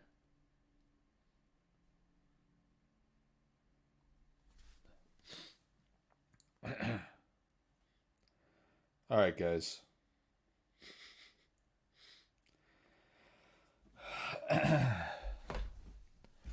All right, so we got to revisit alpha really quick, because the beautiful thing in alpha is so they had the core set, right? So initially in the early days of Discord, Eric was like, I'm not going to do foils, right? And then he said he's going to do all of the foils. He went all in. He did every single card has a foil variant, and the pull rates were very, very difficult. So you have this extreme rarity and chase. You talked about the fundamentals, the core of what a trading card game is, and you have collectability and gameplay. And I'm not putting collectability before gameplay. I'm saying they're both two core fundamental elements of a trading card game, and they're both critically important. Both are very important. Obviously, gameplay is a trading card game, but trading game card. There's cards. You collect the cards, you play the cards. Trading game. It's not a living card game. It's a trading card game. So it's like offense and defense. You got to have it both, right? You can't be great at one and suck at the other, or otherwise you got problems. We've seen games that go to those extremes. You got Flesh and Blood. It's a great gameplay game. People love that game. Hyper competitive, they say. Big competitive game. But the collectability, it suffered because of the valuation and overprinting and all these like market dynamics, right? Because people like to trade. They like to have things that are valuable. They like to collect. They like to speculate. They like to invest. They like to wheel and deal. I mean, part of the fun of a trading card game, it's kind of like baseball cards when you were a kid. I did baseball cards. Some people did football cards. The Canadians, they like their hockey cards, right? But they had value. That was part of the mystique of it. Like, like we're kids, we got something that's valuable instead of our effing Garbage Pail Kids or like Uno cards. Like we're not gonna like trade our Uno cards and be able to get like some new rollerblades, right? Like we got the trading card games, right? We got something of value. It's exciting. It's fun. It's interesting. Baseball cards. Some are, it is interesting. Like this Ken Griffey Jr. Upper Deck rookie, 1989. $12, $15 card, $25, $50. Cool. I'm just a broke ass kid. I got this $50 card. Look at me. I'm the man, right? It's part of the mystique of it. It's part of the fun. There's no shame in it. It's just kind of cool. So with trading card games, people like things that are valuable. Eric's into old school sorcery or old school Magic the Gathering and high-end, high-value cards, high-condition cards, highly scarce cards, rare cards. So he incorporates collectability into his sorcery game. And he has these curios. And the two things about curios, they're both extremely rare. Like the population of these that are known to be discovered is like anywhere from like high single digits to like 25 to 30 tops, right? So we think like maybe 50 of each variant. Some people think 50, some people think 100. I'm more towards the 100 spectrum. But 100 copies of one individual card out of about 30,000 booster boxes printed, that's like 17 million cards. I think I did the math one time, and it's like 17 million cards. So even if it's 100 out of 17 million, who's got that calculator ready? Oh, there's some other stuff. I just then noticed like where my keyboard was. Some other historic stuff. It's hard to get off of Alpha, man. We didn't even get past Alpha because there's so much history.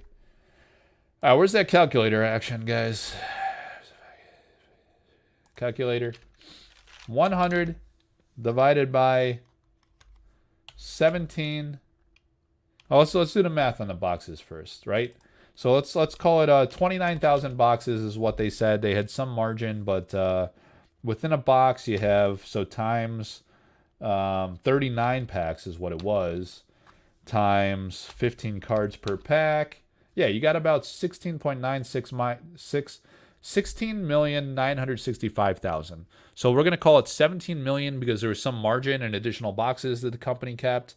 And then there was, in the pre-con kits, there was a pack in there. So let's say 17 million cards. You got curios. We think there's about 100 curios divided by 17 million, more zeros. Some low odds, baby. There's some low odds. Is that right? Nah, it can't be that low, can it? 0.0005? I don't know, man. You're talking like a fraction of a percent chance of getting these curios, pulling them in a deck, or just like the population size of the total population of printed cards. So these curios are stupid rare. Like having any one of them is like insane, mind-blowing. Rarity-wise, but it's a niche category, so how should they be valued? But the point I was making is you had these extreme rarities, scarcity of foil cards from the pull rates of foils and the rarity of those. So the unique, there was like 67 uniques, I think, in the alpha set. And then given the pull rate and the number of boxes we knew to be printed, there's basically 248 copies of each unique foil in alpha. So those are incredibly rare. So he included chase upon chase with these curio cards, which were intended to be extremely rare, likely very valuable, and also they had like a historical throwback aspect to it, something to do with the historical development and design of the game. So there was these great curios, the Bloom of Frogs had some interesting aspects with legendary curse, the legendary in the type line text is something that was nuanced and new. You had all this stuff on the bottom. You had like what looks like it could have been the remnants of what might have been an idea for a set symbol at the time. The copyright symbol, which changed to the alpha symbol. It says full art 25 out of 300. So that tells me that they might have thought about having a numbered series of cards, or like numbered the number of cards in the set. And also they had maybe they had notions of the set being 300 cards in size. Or maybe it was just a placeholder. That's something that people speculate on. Was that the original set size intent? Or was it just like an example, like a test print file? It seems like somebody he used his print file from the early days, and he brought it to fruition. But the Bloom of Frogs is a beautiful card. I acquired this from a guy who I think he said he got it in the single pack. He pulled it out of the pack that was in a pre-con kit. The one pack in the one pre-con kit. Like, the odds of that are freaking, like, out of this world. Unbelievable. The River Styx. Though this legendary site bridges life and death. Legendary site. So we got a legendary curse spell card. And then this is also was a spell card once upon a time. The River Styx. It was legendary, and it was a site. Legendary site, but it was in vertical orientation, right? They went to horizontal later. That was a change. So a lot of aspects of sorcery history right there. And of course, they went to, there was a landscape art version of this as well. But it became Death's Door. There was a digital print file of this that showed the landscape style. If you go to the Sorcery Community Facebook group and you search for this, River Styx, you do a search for River Styx on the Sorcery Community Facebook group, you'll find that I did a feature. I actually did an article on collectorarthouse.com. If you go to the interviews and articles, in my article about curios, you'll find out all about this card and how it was a horizontal landscape, and there's a digital file version of this for when Eric went to the horizontal landscape format for the Atlas sites instead of the vertical. They went from the portrait style sites to the landscape style. So that art, this has been on quite a journey. And then of course it became the Death's Door, right? The Murder of Crows, Mikhail Nagypal. It's an artwork that was not in the set. It says Being Animal. It's got to be Dan's favorite card. You know? Being Animal. I mean, of course he likes the Plague of Frogs, but it had flying. Deal 2 damage to a target, and kind of this continuous event type thing that we see in other curios. Yeah, and Mikhail had to redo this one. And Eric said there was like too much cleavage, which is kind of funny because he's all in on that cleavage now, right? With Frazetta promo cards. But that was too much with this lady running in the trees. The guy's a purist, man. I guess he didn't want it. Maybe he didn't want it to be too distracting in the concept. But then he didn't use it at first, and then he used it as a curio. The 9-piece curio, super iconic. We got a little beta slipped in there, so that's the step card from Truett. But as you know, Jihad is from Alpha Art, Jihad and Crusade. Is that all my curios? Oh, no. I got some other goofy cards in there. The Grim Tangle, continuous event, right? Players may only bling one being each turn. Drew wants that card so bad, man. Drew, if you want it, dude, stop ghosting me. Respond to my text messages, bro. I won't sell it to you, though, so you might as well just ghost me. You might as well just ghost me anyway. I'm not selling it. But don't be a douche. Don't be a douche. Just respond. Respond every once in a while, you know? Remember old Mike. Old Mike, the pleb. All right. Kickstarter 2019. And once upon a time, it was thought to have wanted to come out in 2019. But didn't quite make it there, buddies. It's all right. We love it. 25 out of 300 again. That's why I think it might have just been a templating detail, and maybe that doesn't have significance. It might have just been a placeholder. Art copyright Drew Tucker, some old symbols that look like kind of like the old school Magic Swamps. You got the Eric's Curios' sketch card curio from Alpha. Really awesome. I love the look at his Belfry. I remember making a deal. Every one of these has a memory, you know, because they're so rare. It's so unique and different to acquire these. So the memories of like how you get them is part of the story too. That's the part of the beautiful element of a trading card game, right? You gotta beg, borrow, and steal, and barter, and trade, and buy. But there you go, the Belfry. Legendary site. Another one. A site, vertical, portrait style, legendary. The Grid Lord. The Grid Lord is here. So, you know, the name wasn't settled. It's on the back of the Sorcerer, the Francesca Berald Sorcerer. And you got the Grid Lord. The Sidewind and the Wind Blast. So one is the sample card, and one's the curio. Did I switch it back? Yeah, it's actually... Yeah, you had a sample card and a curio. I acquired both of those because I wanted to have both. But then you have, like, the most iconic promo cards in the game, too. You never see these offered or sold. There was, like, a small window there in a wave where sometimes these were offered and sold, but you never really see them on the market. There's only 100 of these printed, and to my knowledge, they have not given those all away. So this is very special. You know, the Relentless Crowd is a really high-profile promo card. And I think, well, spoiler alert, Ivan. Wild Ivan's out there.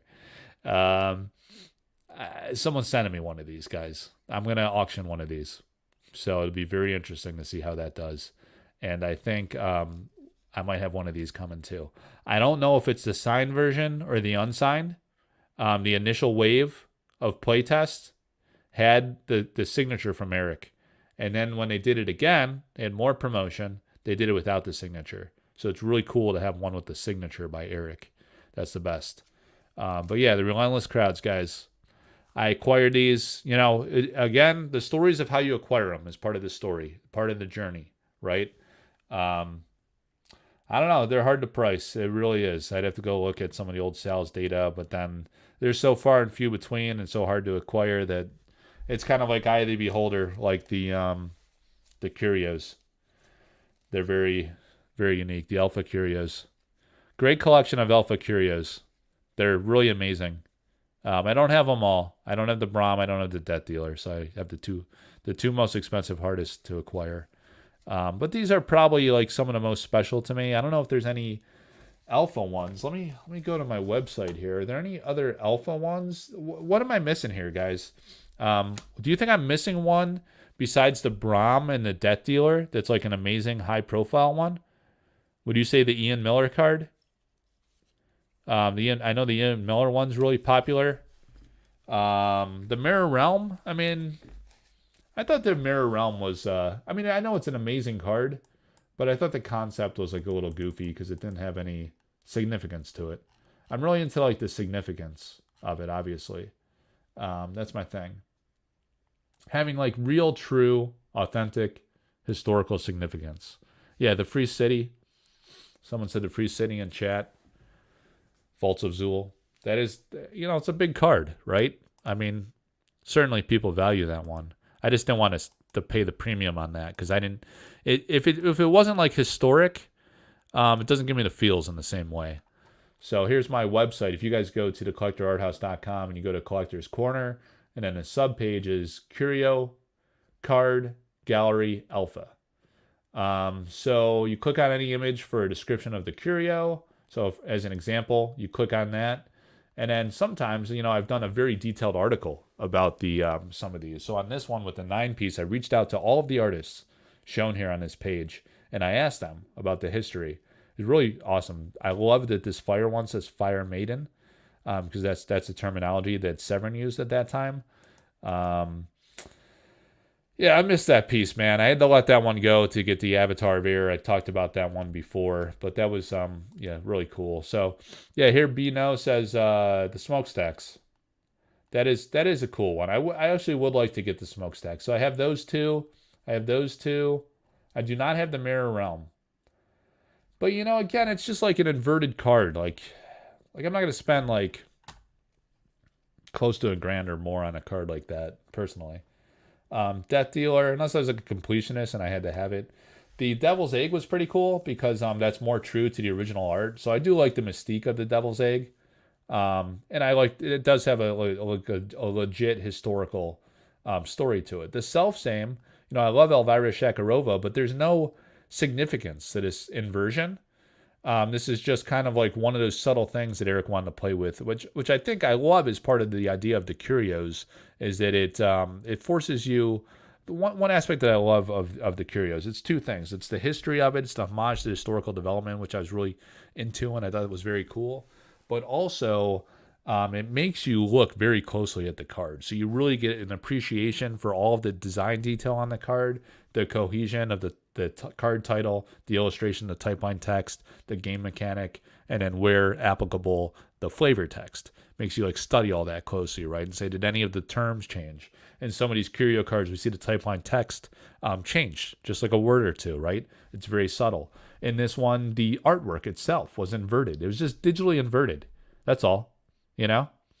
You could tell.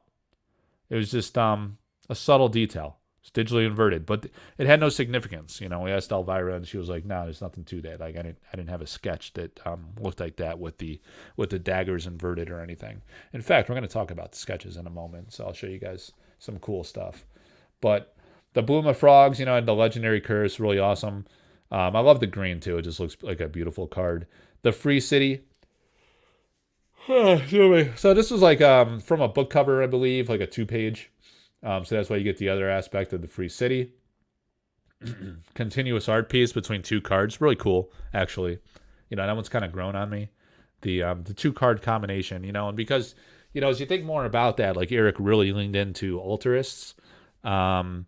And he hired 2 like very prominent alterists to become sorcery artists. You have Kyle Calazans, Elvira Shakarova, and Marta Molina, 2 of the 3 greats, or three of the greats from Magic the Gathering, alters, and now sorcery. So there you go. That's like the Free City combined. The River Styx, huge. Death Speaker, you know, very iconic. Brahm. The Belfry. The Wind Blast. I don't have the 3 trolls. That's the other thing too. I'm not paying up for those freaking trolls. So I don't have the 3 trolls. I don't have the iconic Death Speaker or Death Dealer.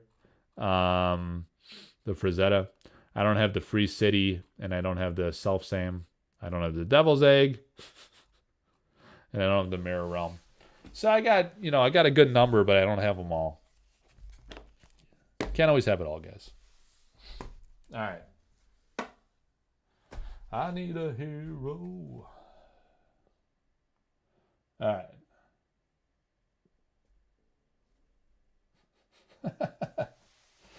Oh my god. Always some drama going on in the Discords, guys. Now, what are you talking about? A smokestack curio? There's not a smokestack curio. Guardians? Stretch? Yeah, that's where the art was from the Guardians. Shadow Warrior.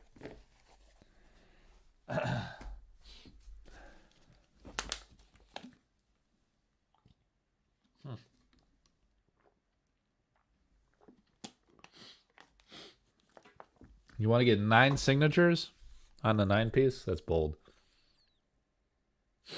All right, guys. So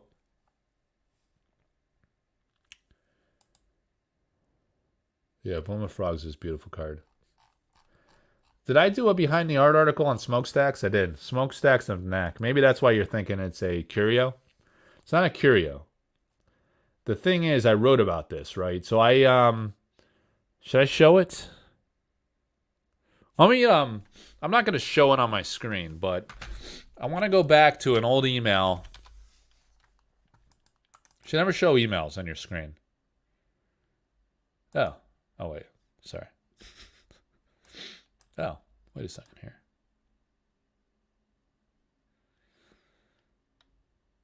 All right. I'm going to do a search.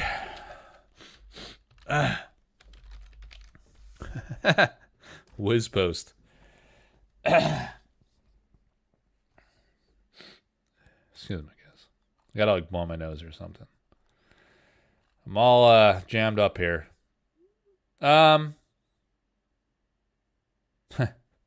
So I emailed Eric. I emailed Ian Miller on March 15th, 2022. And I said, "Sir, this is a masterpiece. One of the best I have ever seen so far in the entire game. What is the size and medium? Is it for sale? Thank you for your time as always, Mike." And I was asking about the smokestacks.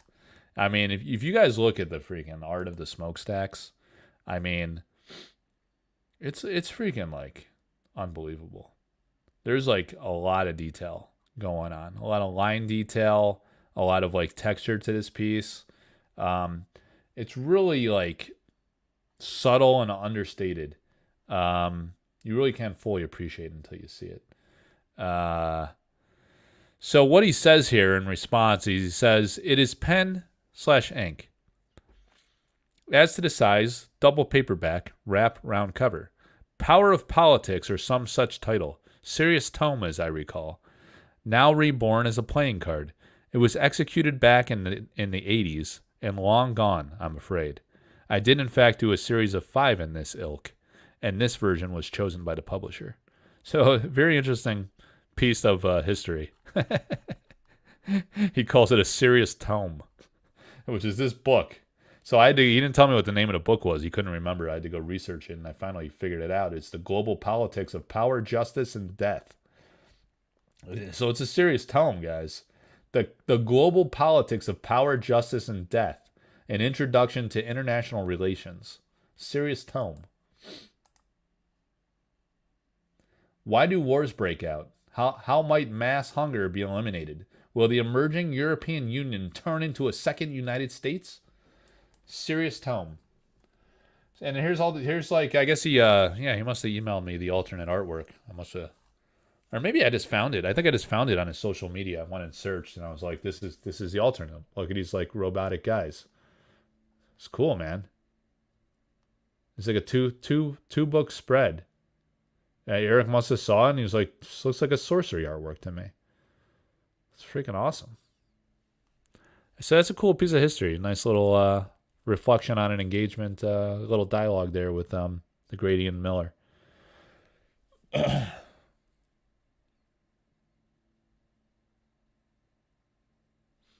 Yeah, Ivan is coming to Vegas, Dan. He's going to be there. It's going to be funny. Serious tome. You should get this serious tome, Ivan, and bring this around. Be like, dude, guy, just walk up to people and be like, "Look at this serious tome I got with this Ian Miller art." I should, I'm going to go look for this serious tome. Maybe I'll see Ian someday, and I'll be like, "Hey, Ian, can you sign this serious tome for me?" Yeah, that'd be pretty sweet. All right, you want to buy the tome? I don't know. I don't know, man. I'm going to go Google it later. You got to check the Google machine like the rest of us. There's no shortcuts in this life. Got to put in the work. All right. Let's do this, guys. We're losing people. There's only 27 people left. 25 now. People dropping like flies. All right, this guy's losing his mind here. I want to show you some sketches, and then maybe we'll leave it there. I guess we didn't talk about the future of sorcery. I guess I should. I'm going to have to do a follow-up video because we can't go for more than 2 hours. But, the prospects of sorcery are very bright. Like there's been some business execution challenges. But, I mean, it's a unicorn art project. The magnitude of the art project is second to none. It's freaking amazing. And that matters, right? It matters for collectability. It matters for art enthusiasts. It matters for appealing to a wide audience. And then and it's unique. It's a differentiator. It's all hand painted traditional. The style of art is edgy in some cases. It's dark. It's light. It's fun. It's goofy or silly. I don't want to say goofy. It's kind of like silly, like lighthearted, like just a rock. It's got like a lighthearted, fun vibe, like the Guardians cards, right? It draws inspiration from games like Guardians from the 90s. And then it's just like a wide variety of art. It's an art project. It really is. You know, it's more than just a game. It's like a legit art project.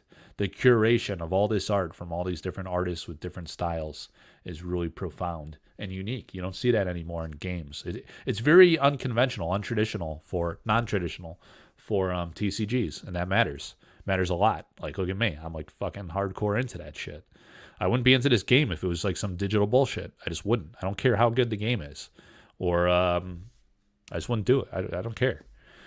So yeah, it matters. And like I'm hardcore into it. And I have been for many years. Several years now. 3 years. It's many. It's many for a TCG. So, you know, and I've been grinding every day for years, every single day. Facebook group, Discord. So, you know, it drives passion. It's because it matters. And the gameplay is really freaking good, you know, so it's a good game. And yeah, there's been some business execution challenges, but it's a small team. It's mixed experiences. They're good at certain things. They're less experienced on other things. So there's hiccups. They're learning as they go, learn on the job to some extent with some of this stuff. And there's third-party dependencies, so it's not always perfect. But in the grand scheme of things, it's like it's in its infancy. So while some stores are getting hurt, they're getting upset, they're getting frustrated, getting agitated, it's not game over, you know, because it's like in its infancy, it's early days. It's just like, how do you take a step from here now and like appeal to a broader audience, to appeal to stores? Do they want to work with stores? And if they do, how do they appeal to those stores? How do they incentivize them? How do they motivate them? What is the ROI for them to carry the product? Why would they do it? How can they communicate more effectively, more broadly, more at scale, more directly with stores so they don't find out like just a week before when the distributor is going to get product and when they're going to get product? Can they still host their events at release? Those are the rough things about the release, but this week is going to be like really, really exciting and intense. You're going to see like after the set being out is going to cure all ills with the game very quickly because people are going to see the cards and they're going to be absolutely like shell shocked, blown away, super excited. And like you saw the Sir Tristan, man. If there's more like that, people are going to be like flipping out. And we haven't seen that in print form too. I think Eric's got some tricks up his sleeve, and he's going to make those really profoundly mind-blowing, like super exciting chase cards. Maybe there's a Holy Grail chase. There's so much creative discovery or innovation that can happen with this thematic set. And like Eric's freaking, man, he's absolute fucking stud, guys. The Chad of Chads when it comes to art directors. You know, I mean, the guy's got like sick taste, like unbelievable taste. You know, like I had this experience here. Like I was doing this commissioning for the Sorcery Con with Dustin Brossard. You know, when I do these artist proofs, I don't tell the artist what to do. 'Cause that's bullshit. Like, why would I do that? It would be fun for me, but like my creativity is in the hey, what's up, Creek and Legion, man? It's good to see you, man. I know you're a busy guy. It's been a long time, man. It's nice to see the OGs coming back. That's the other thing too. Like I love to see the original, like very passionate guys coming back for Arthurian Legends. Some guys went into hibernation for like 6, 9, 12 months. They're like, you know, the sorcery is fucking awesome, but what the hell am I gonna do for a year? You know, I'm gonna live it every day like this goofball Mike in the Facebooks and the Discords. Nah, I got a life to live. Got a wife and kids. Got a job. Got to be somebody. Got responsibilities. Can't be playing a game all day. Solar God, what's up, dude? He's got that Ed Bear Jr. avatar. Ed Bear Jr. Freaking stud. Amazing artist. What was I talking about, guys? How Eric was a Chad of Chads? Art director? Creative genius?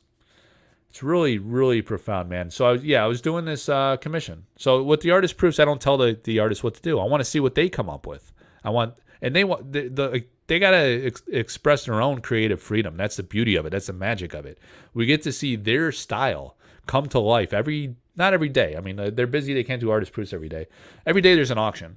There's been doing marathon auctions for like freaking 2 years, which is nuts, you know.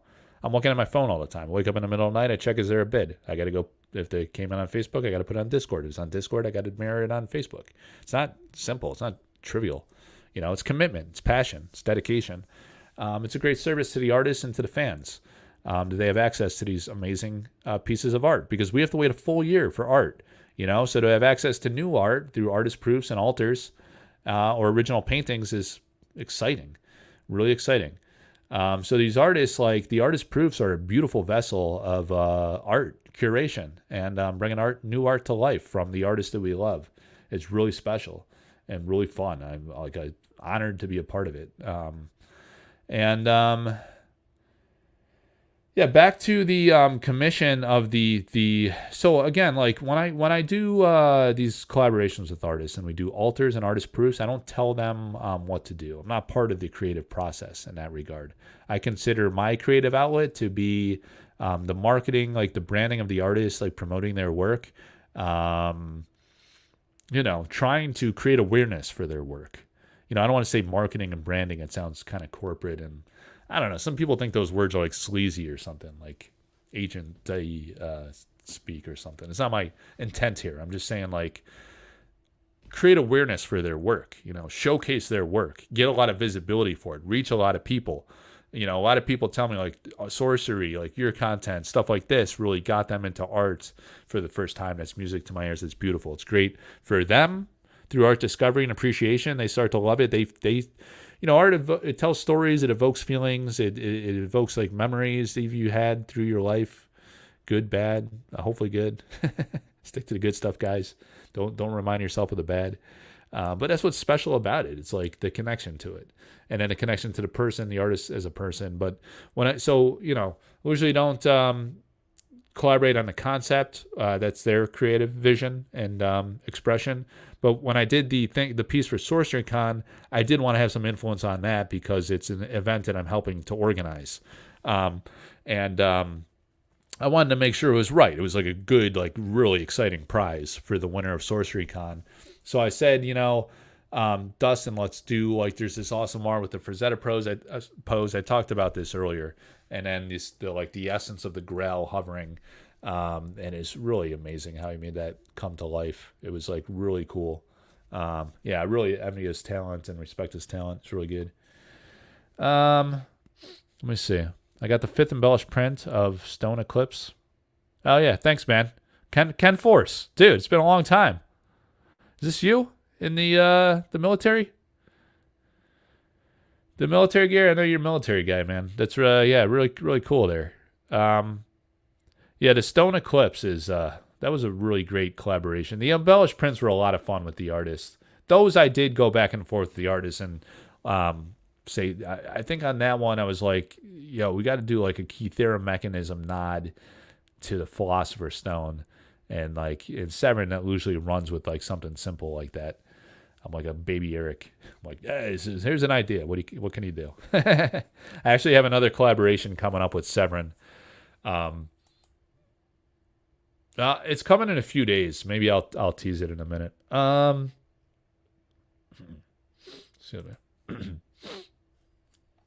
Johnny Taisakan. I will assume that Holy Grail will be the bigger chase. Saw the artwork on Collector Arthouse during the release of Sorcery. I really love the artwork for that card. The Tony Sudlow Holy Grail. I mean, it's on the box. It's on the packs.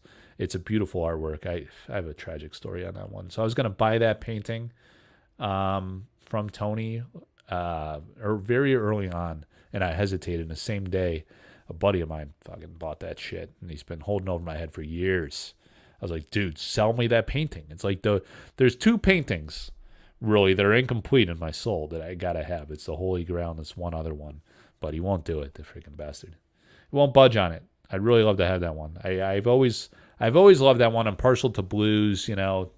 Tony's a wild man. He's a cool guy. I was supposed to call him today. I feel bad. I forgot. I got to call him tomorrow. Anyway, freaking amazing. All right, so in the the other cool thing about Alpha before we call it a night here is these sketches, the original art concepts for some of these cards. So here you have from Elvira Shakarova, the mix here. May 2019, guys. Can you believe that? May 2019. 5 years ago. She came up with the concept for these mixes. 5 years. And we're not even on like legitimate set 2. You know, beta, that doesn't count to me. It's like Kickstarter, beta. Beta is like largely a reprint of alpha. This is like the first expansion. You got a card from alpha that was conceived 5 years ago in 2019. You know? Dan couldn't wipe his own ass in 2019. You know? He's a child. Now he's an old man. He can't do it for other reasons. He's a corpse. He's an old corpse. Yeah, Nagy Paul is the Frog Lord. Ask Tony what's going on with the Matt Schneider thing. I don't know. I don't know what you're referring to. Honestly. Should I ask him, or is he going to be like, I'll fucking kill you? You got to be careful with Tony, man. I don't want to trigger him. There's Matt Schneider thing. It's a big deal. I don't know anything about this Matt Schneider thing. You got to be careful. You got to give me some context there before I just go throw that at him. We'll get this, the mixed Terra, right? Of all things, like, it looks like she's holding a holy grail. I think that's purely coincidental, you know?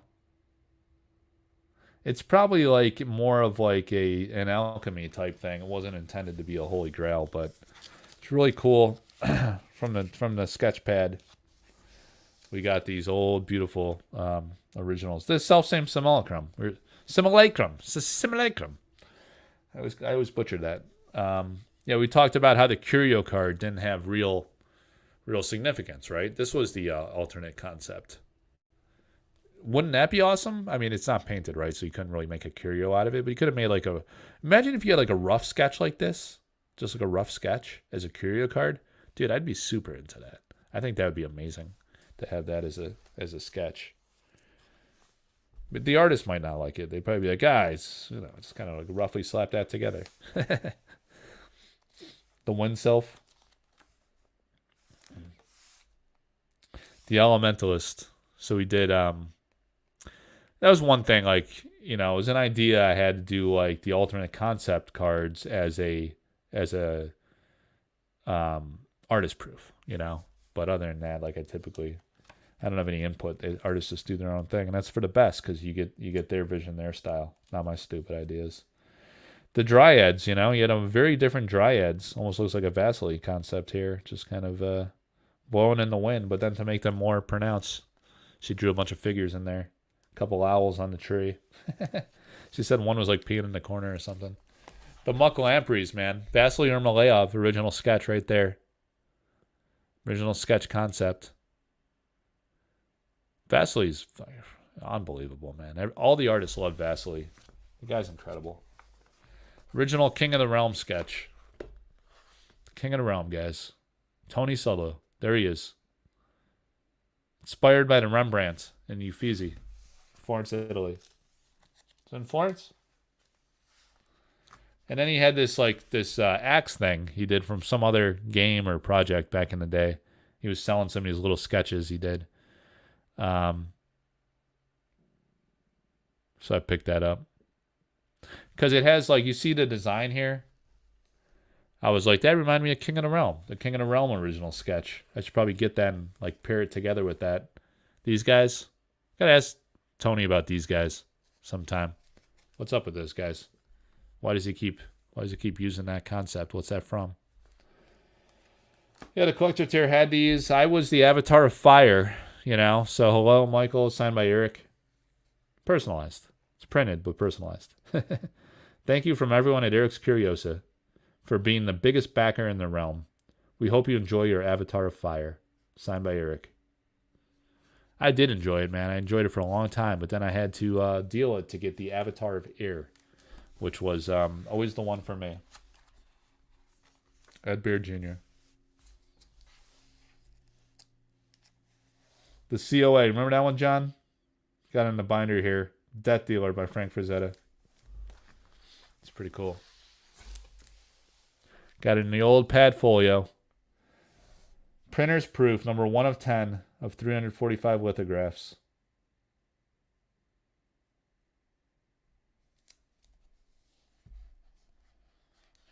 Iconic artwork. All right, guys. Oh, look at that. The COA. I didn't know that was in here. We got a nice little certificate of authenticity. 11 by 14. Just like we were talking about earlier.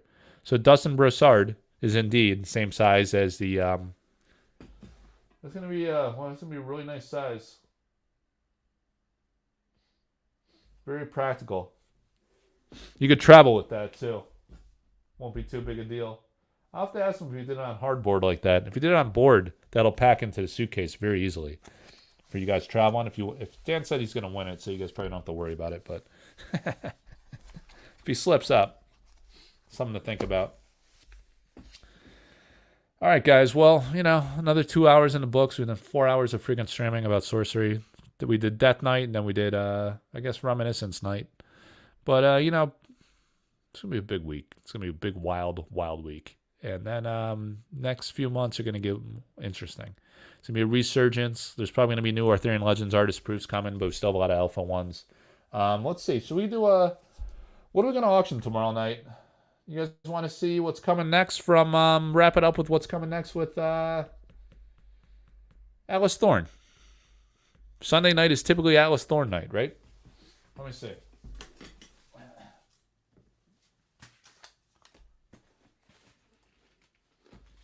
Can't show you all the goods. Let's see, Atlas Thorn. Which one should we do? I don't know. That is a fun one. Should we do that one? Yeah, you guys want? Should we do a? It is release week. Should we do how big of a card should we do for an Atlas Thorn? His stuff's always huge. I mean, we could go Avatar huge. We can do a double card, like a, the concept that mirrors gameplay, with a 2-piece concept. Or we could do just a beautiful, fun, heartwarming type concept from Atlas Thorn. All right, so here we go. I got to type it up here. You guys got to vote on this. So we have 3 options for Atlas Thorn for the auction, the Sunday night auction. We have 3 options for the Atlas Thorn Sunday night auction. Which do you prefer? All right, I'm going to post this to YouTube and the Facebook stream. All right, so number 1.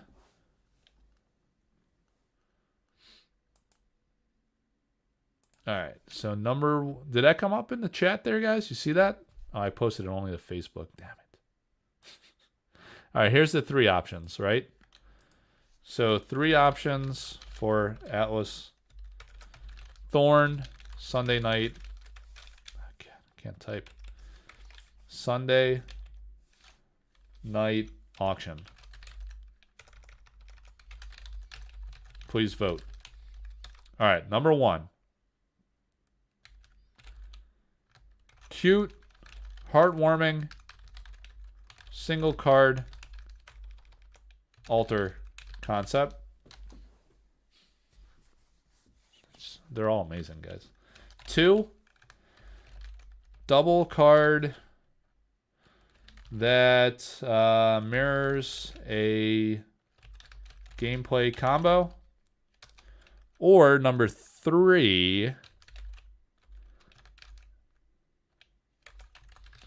really awesome Avatar. I kind of want to hold off on the Avatar because I'm curious when Arthurian Legends comes out, it could really shake up the meta a bit. So I'm wondering if might be more interesting after release, but I won't bias it. You guys, is anyone still paying attention? We got 30 people here. Let's get some votes on which one you want to see from Atlas Sunday night.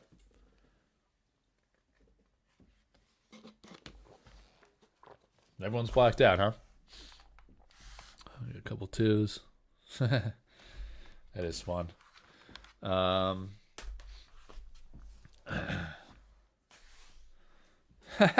You guys are all over the map. In the meantime, I'll show you some Pietro di Cero. A Pietro concept that's coming. Oh, so you guys are out there. You're just quiet. So remember Pietro? We're going to auction this one at some point. And this one here, I don't remember. I haven't seen this one in a while. All right, so this one, I'm going to butcher this. All right, so I think this was like a combination he did. This is pretty cool. Let me see. Did he do a card art synergy? Yeah. So we got a double here with the Cerberus and Chains. See the Cerberus? And then this piece, let me see here how this fit in. The Screaming Skull might have been a separate item. I forget what the concept was here, guys. I feel bad. So we had the Battle Mage with the Cerberus and the Screaming Skull. This guy does great work. Hold that. Look at his Death's Door. I love this Death's Door. This is fucking amazing. This is really cool and creative. I love the element symbols. I want just this card. I just want this one. I want to keep that one. All right, so he did that concept. Let me look up... just enjoy that for a moment. This guy's really great. Italian. Italians do great work. All right, so I'm going to go to...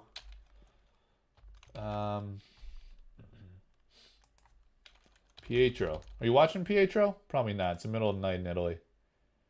He's drilling on his pillow somewhere. Man, this is a while back we talked about this one. I got to go dig through the chat archives. Door connects the skull on the right. Yeah. Like this? Could. Yeah. Maybe you're right there. I could. Let me see. So we did the Epic 9 piece. Okay. Here we go. Excuse me, guys. I'm an animal. Oh! Guys. Yeah, oh no, that's Cerberus tail. Yeah, man. Check this out. Oh, this is fucking awesome. Alright, so we got Cerberus... Battle Mage. Death's Door is the Cerberus tail, as you just said. And then the Screaming Skull. You see that? I got to take it out of the sleeves here. Let me see. Yeah, I think he told me to put these in. You know what? Let me get some sleeves. He said he ran out of sleeves or something, I think. Dude, this guy does some wicked work, man. It's very unique. Such a stud. Should we do a double? Should we do a double header auction since I just leaked this? Sunday night? Or maybe do his Monday night? So we got the Cerberus and Chains. You know what? Maybe I will do it without a sleeve for a moment. I'll just be careful with them. Because that's really how you get them to really line up well. Alright, so we're going to have Cerberus. This is awesome, guys. I love doing this stuff. Working with these artists. It's so exciting for me to discover all this art all the time. The Cerberus and Chains. The Battle Mage. And there's probably a story behind this too, which I'd have to go revisit and remember. The Death's Door. And the Screaming Skull. Are there any players out there who want to speak to how this combination works? Look at that. Look at that. Dude. That's the real deal. Why is my mat... I think my camera is not straight. Sorry, guys. Hang on a second. There we go. That's better, right? What is the story of how this synergizes in gameplay? Dude. I need to take a picture of this. Go ahead and take a screenshot of that. Share it on the socials. You know what? The glare of the Cerberus kind of mess with my lighting a little bit. The overhead lights get you every time. Sorry, hang on. All right. I go 3x. There we go. There we go. Damn. That's hot. What a stud. Look at it.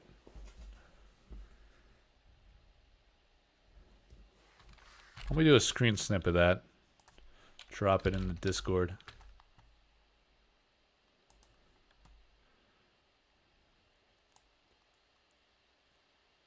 That was good. Dude, that is a freaking artist proof right there. An altar. Excuse me. It's an altar series. Those are altered sorcery cards.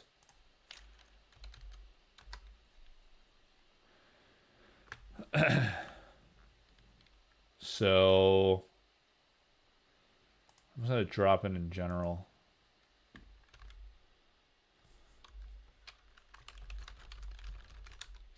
All right. Dude, that's hot, guys. So how does the synergy work? Pelly. Do you know? Is Pelly still out there?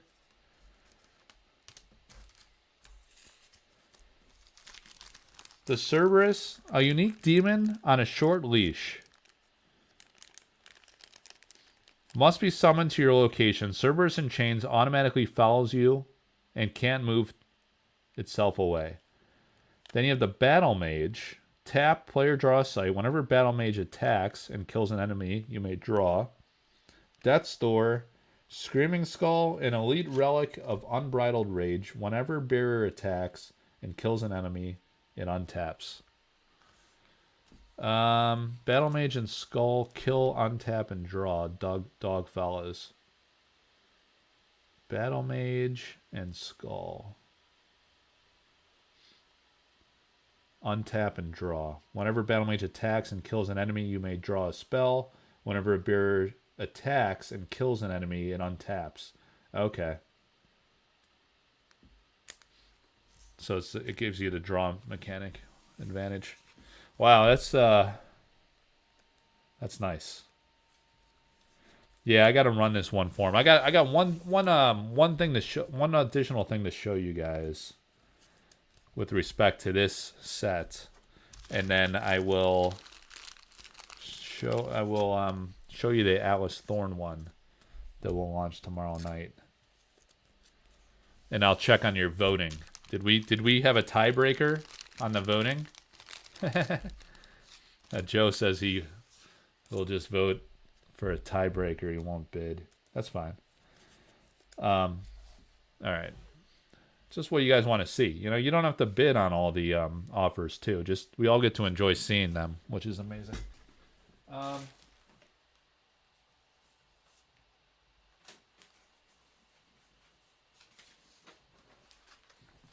So there we go. He sends a letter of authentication. Took a scan of the images, and there you go. That's the order. As we figured out eventually.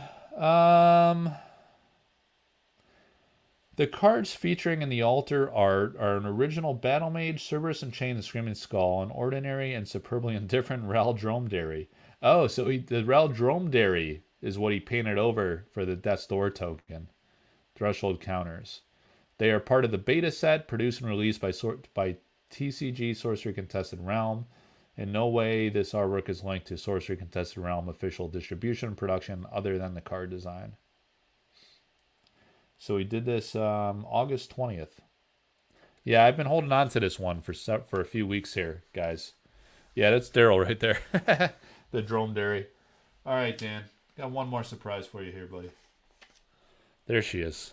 Look at this guy. Is that a woman? I don't know. Is he tucking it? Is he tucking it away, or is that a lady right there? It's hard to say. What do you guys think?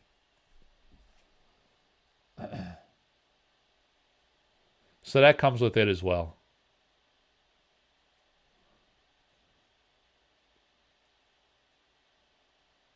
Pretty creative, man. This guy's good. This guy's really good. Almost forgot about that set. He's sending me something else, too. It's on its way. I think I got some stuff coming from Kaio. Perhaps some original paintings. I think I have some stuff coming from Vivian Calazans. I know Andrina Jardim is working on some things. I believe there's some stuff en route from Mikhail Nagy-Paul. You ever heard of Mikhail? Lord of the Frogs. It's going to be in Vegas, baby. Yeah, he had some frog tokens I'd like to get. I think that's what he's sending me, dude. I think that's what he's sending me. Pietro.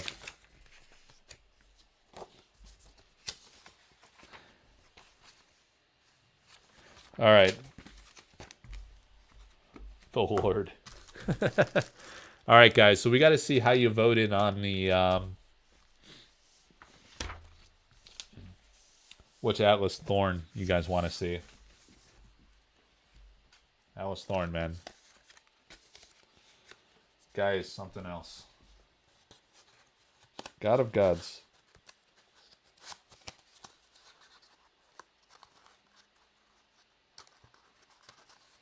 He is the God of Gods. It's like the, I don't know, maybe I'll just leave it at that. I find a lot of people are pretty sensitive. I don't want to trigger anybody. I don't want to ruin any more lives than I already have. I mean, how many lives can I ruin? On a record pace. A record pace of ruined lives. All right, so we had 1, 2, 3 people voted for 2. 2 people voted for 1. 2 people voted for 2. And Joe threatened to vote and then never did. All right, so where does that leave us now? We had, oh, Dan also voted for 2. Did I count him? Oh, he said 2 doubles are cool. So, yeah, I missed his. So we had 4, pretty decisive in favor of 2s. Oh, and then Dragon Vukovic also said 2. So 5 people said 2. All right, so it looks like it's going to be 2, guys. Number 1's cool. Like, yeah, a couple 1s. Yeah, no tiebreaker needed. Yeah, you're right, Joe. All right, so it looks like you guys want to go with the dual concept art, which really means there's pressure on those dual concepts. They got to perform well because Atlas invests like an insane amount of time doing those. So I'm a little worried about release week. I want the artists to do as good as they can. Probably with the duels, we typically run a reserve because they can't just give those away, given the time investment. Better if I didn't get a hair in my sleeve. All right, guys. So the duel. You're gonna enjoy this one, guys. There's a synergy in sorcery. You can see he bought the card, right? Maybe I need to take it out of the top loader at least. So there's a card. Does anyone spend time in official Discord? We only have 18 people left. People are passing out, dropping like flies. There was a time, if you guys spend any time in official, Simon was talking today about one of his favorite Jeff Menges cards that he owns, a painting. He owns a painting of a Jeff Menges. And he said, that one's special to him. So there's a card that says, this is a Simon. He owns the painting. Whenever, well, I got to say the name of it because it's in there. Whenever wayfaring pilgrim enters each corner of the realm for the first time, you may draw a card. So can anyone think of the card combo that perpetuates card draw when synergized. Dan's exposing everybody. When synergized with another combo card and Wayfaring Pilgrim, you can take advantage of this card draw synergy. Can anybody think of what that combination is? Do we have any game players here?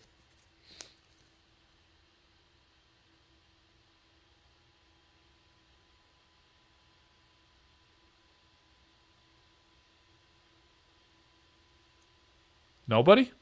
Nobody plays this game? Listen, guys. Whenever Wayfaring Pilgrim enters the realm, enters each corner of the realm, for the first time you may draw a card. Wait, globe, boots, draw 4? What do you mean by boots? Alright, now we're getting some good. What do you guys mean by boots, though? I don't understand boots. What's boots? I woke some people up here. Alright, you guys ready for this? You guys guessed it.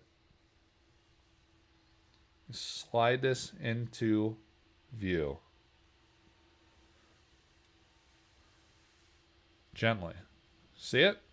You called it. Hang on. I want to slide this up.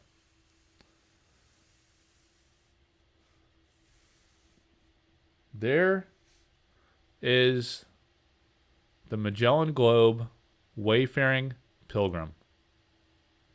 Atlas Thorn art.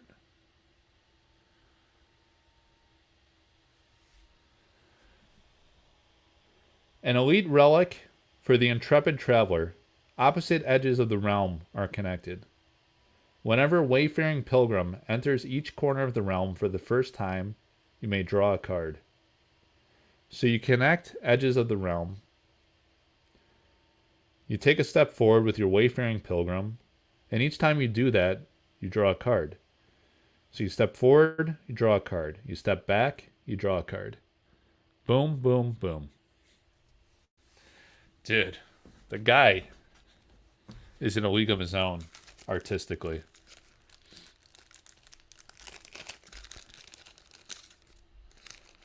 I don't know, man.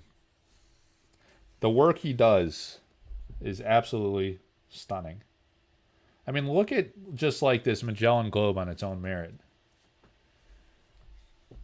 The color choices and the detail. Like, I don't, there's like, it must be like the warm colors he uses or something. I don't know. Every single thing he does just resonates so hard with me. Maybe I'm just biased. Because I still love this. I just love this guy. Yeah, you know what, Too Fluent. Putting 2 hours a night for you guys. People were calling me the devil this morning. I had to recoup myself here. Look at that. Alice Thorne. What do you think? Does this guy know how to paint or what? How can I do this without getting my goofy thumbs in the way? This man knows how to paint, guys. It's not messing around. He is not playing games. Look at that. It's not effing around at all. That is immaculate. It's absolutely unreal. Look at the Pilgrim. This Pilgrim is the ultimate Chad. He's out on the open seas. His hair blown in the wood. Pensive, even.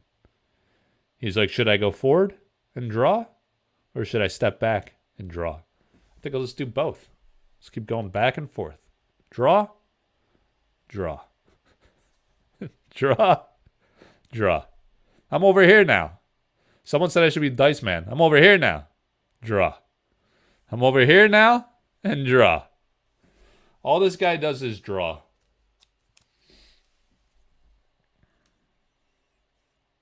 Look at that. Unbelievable.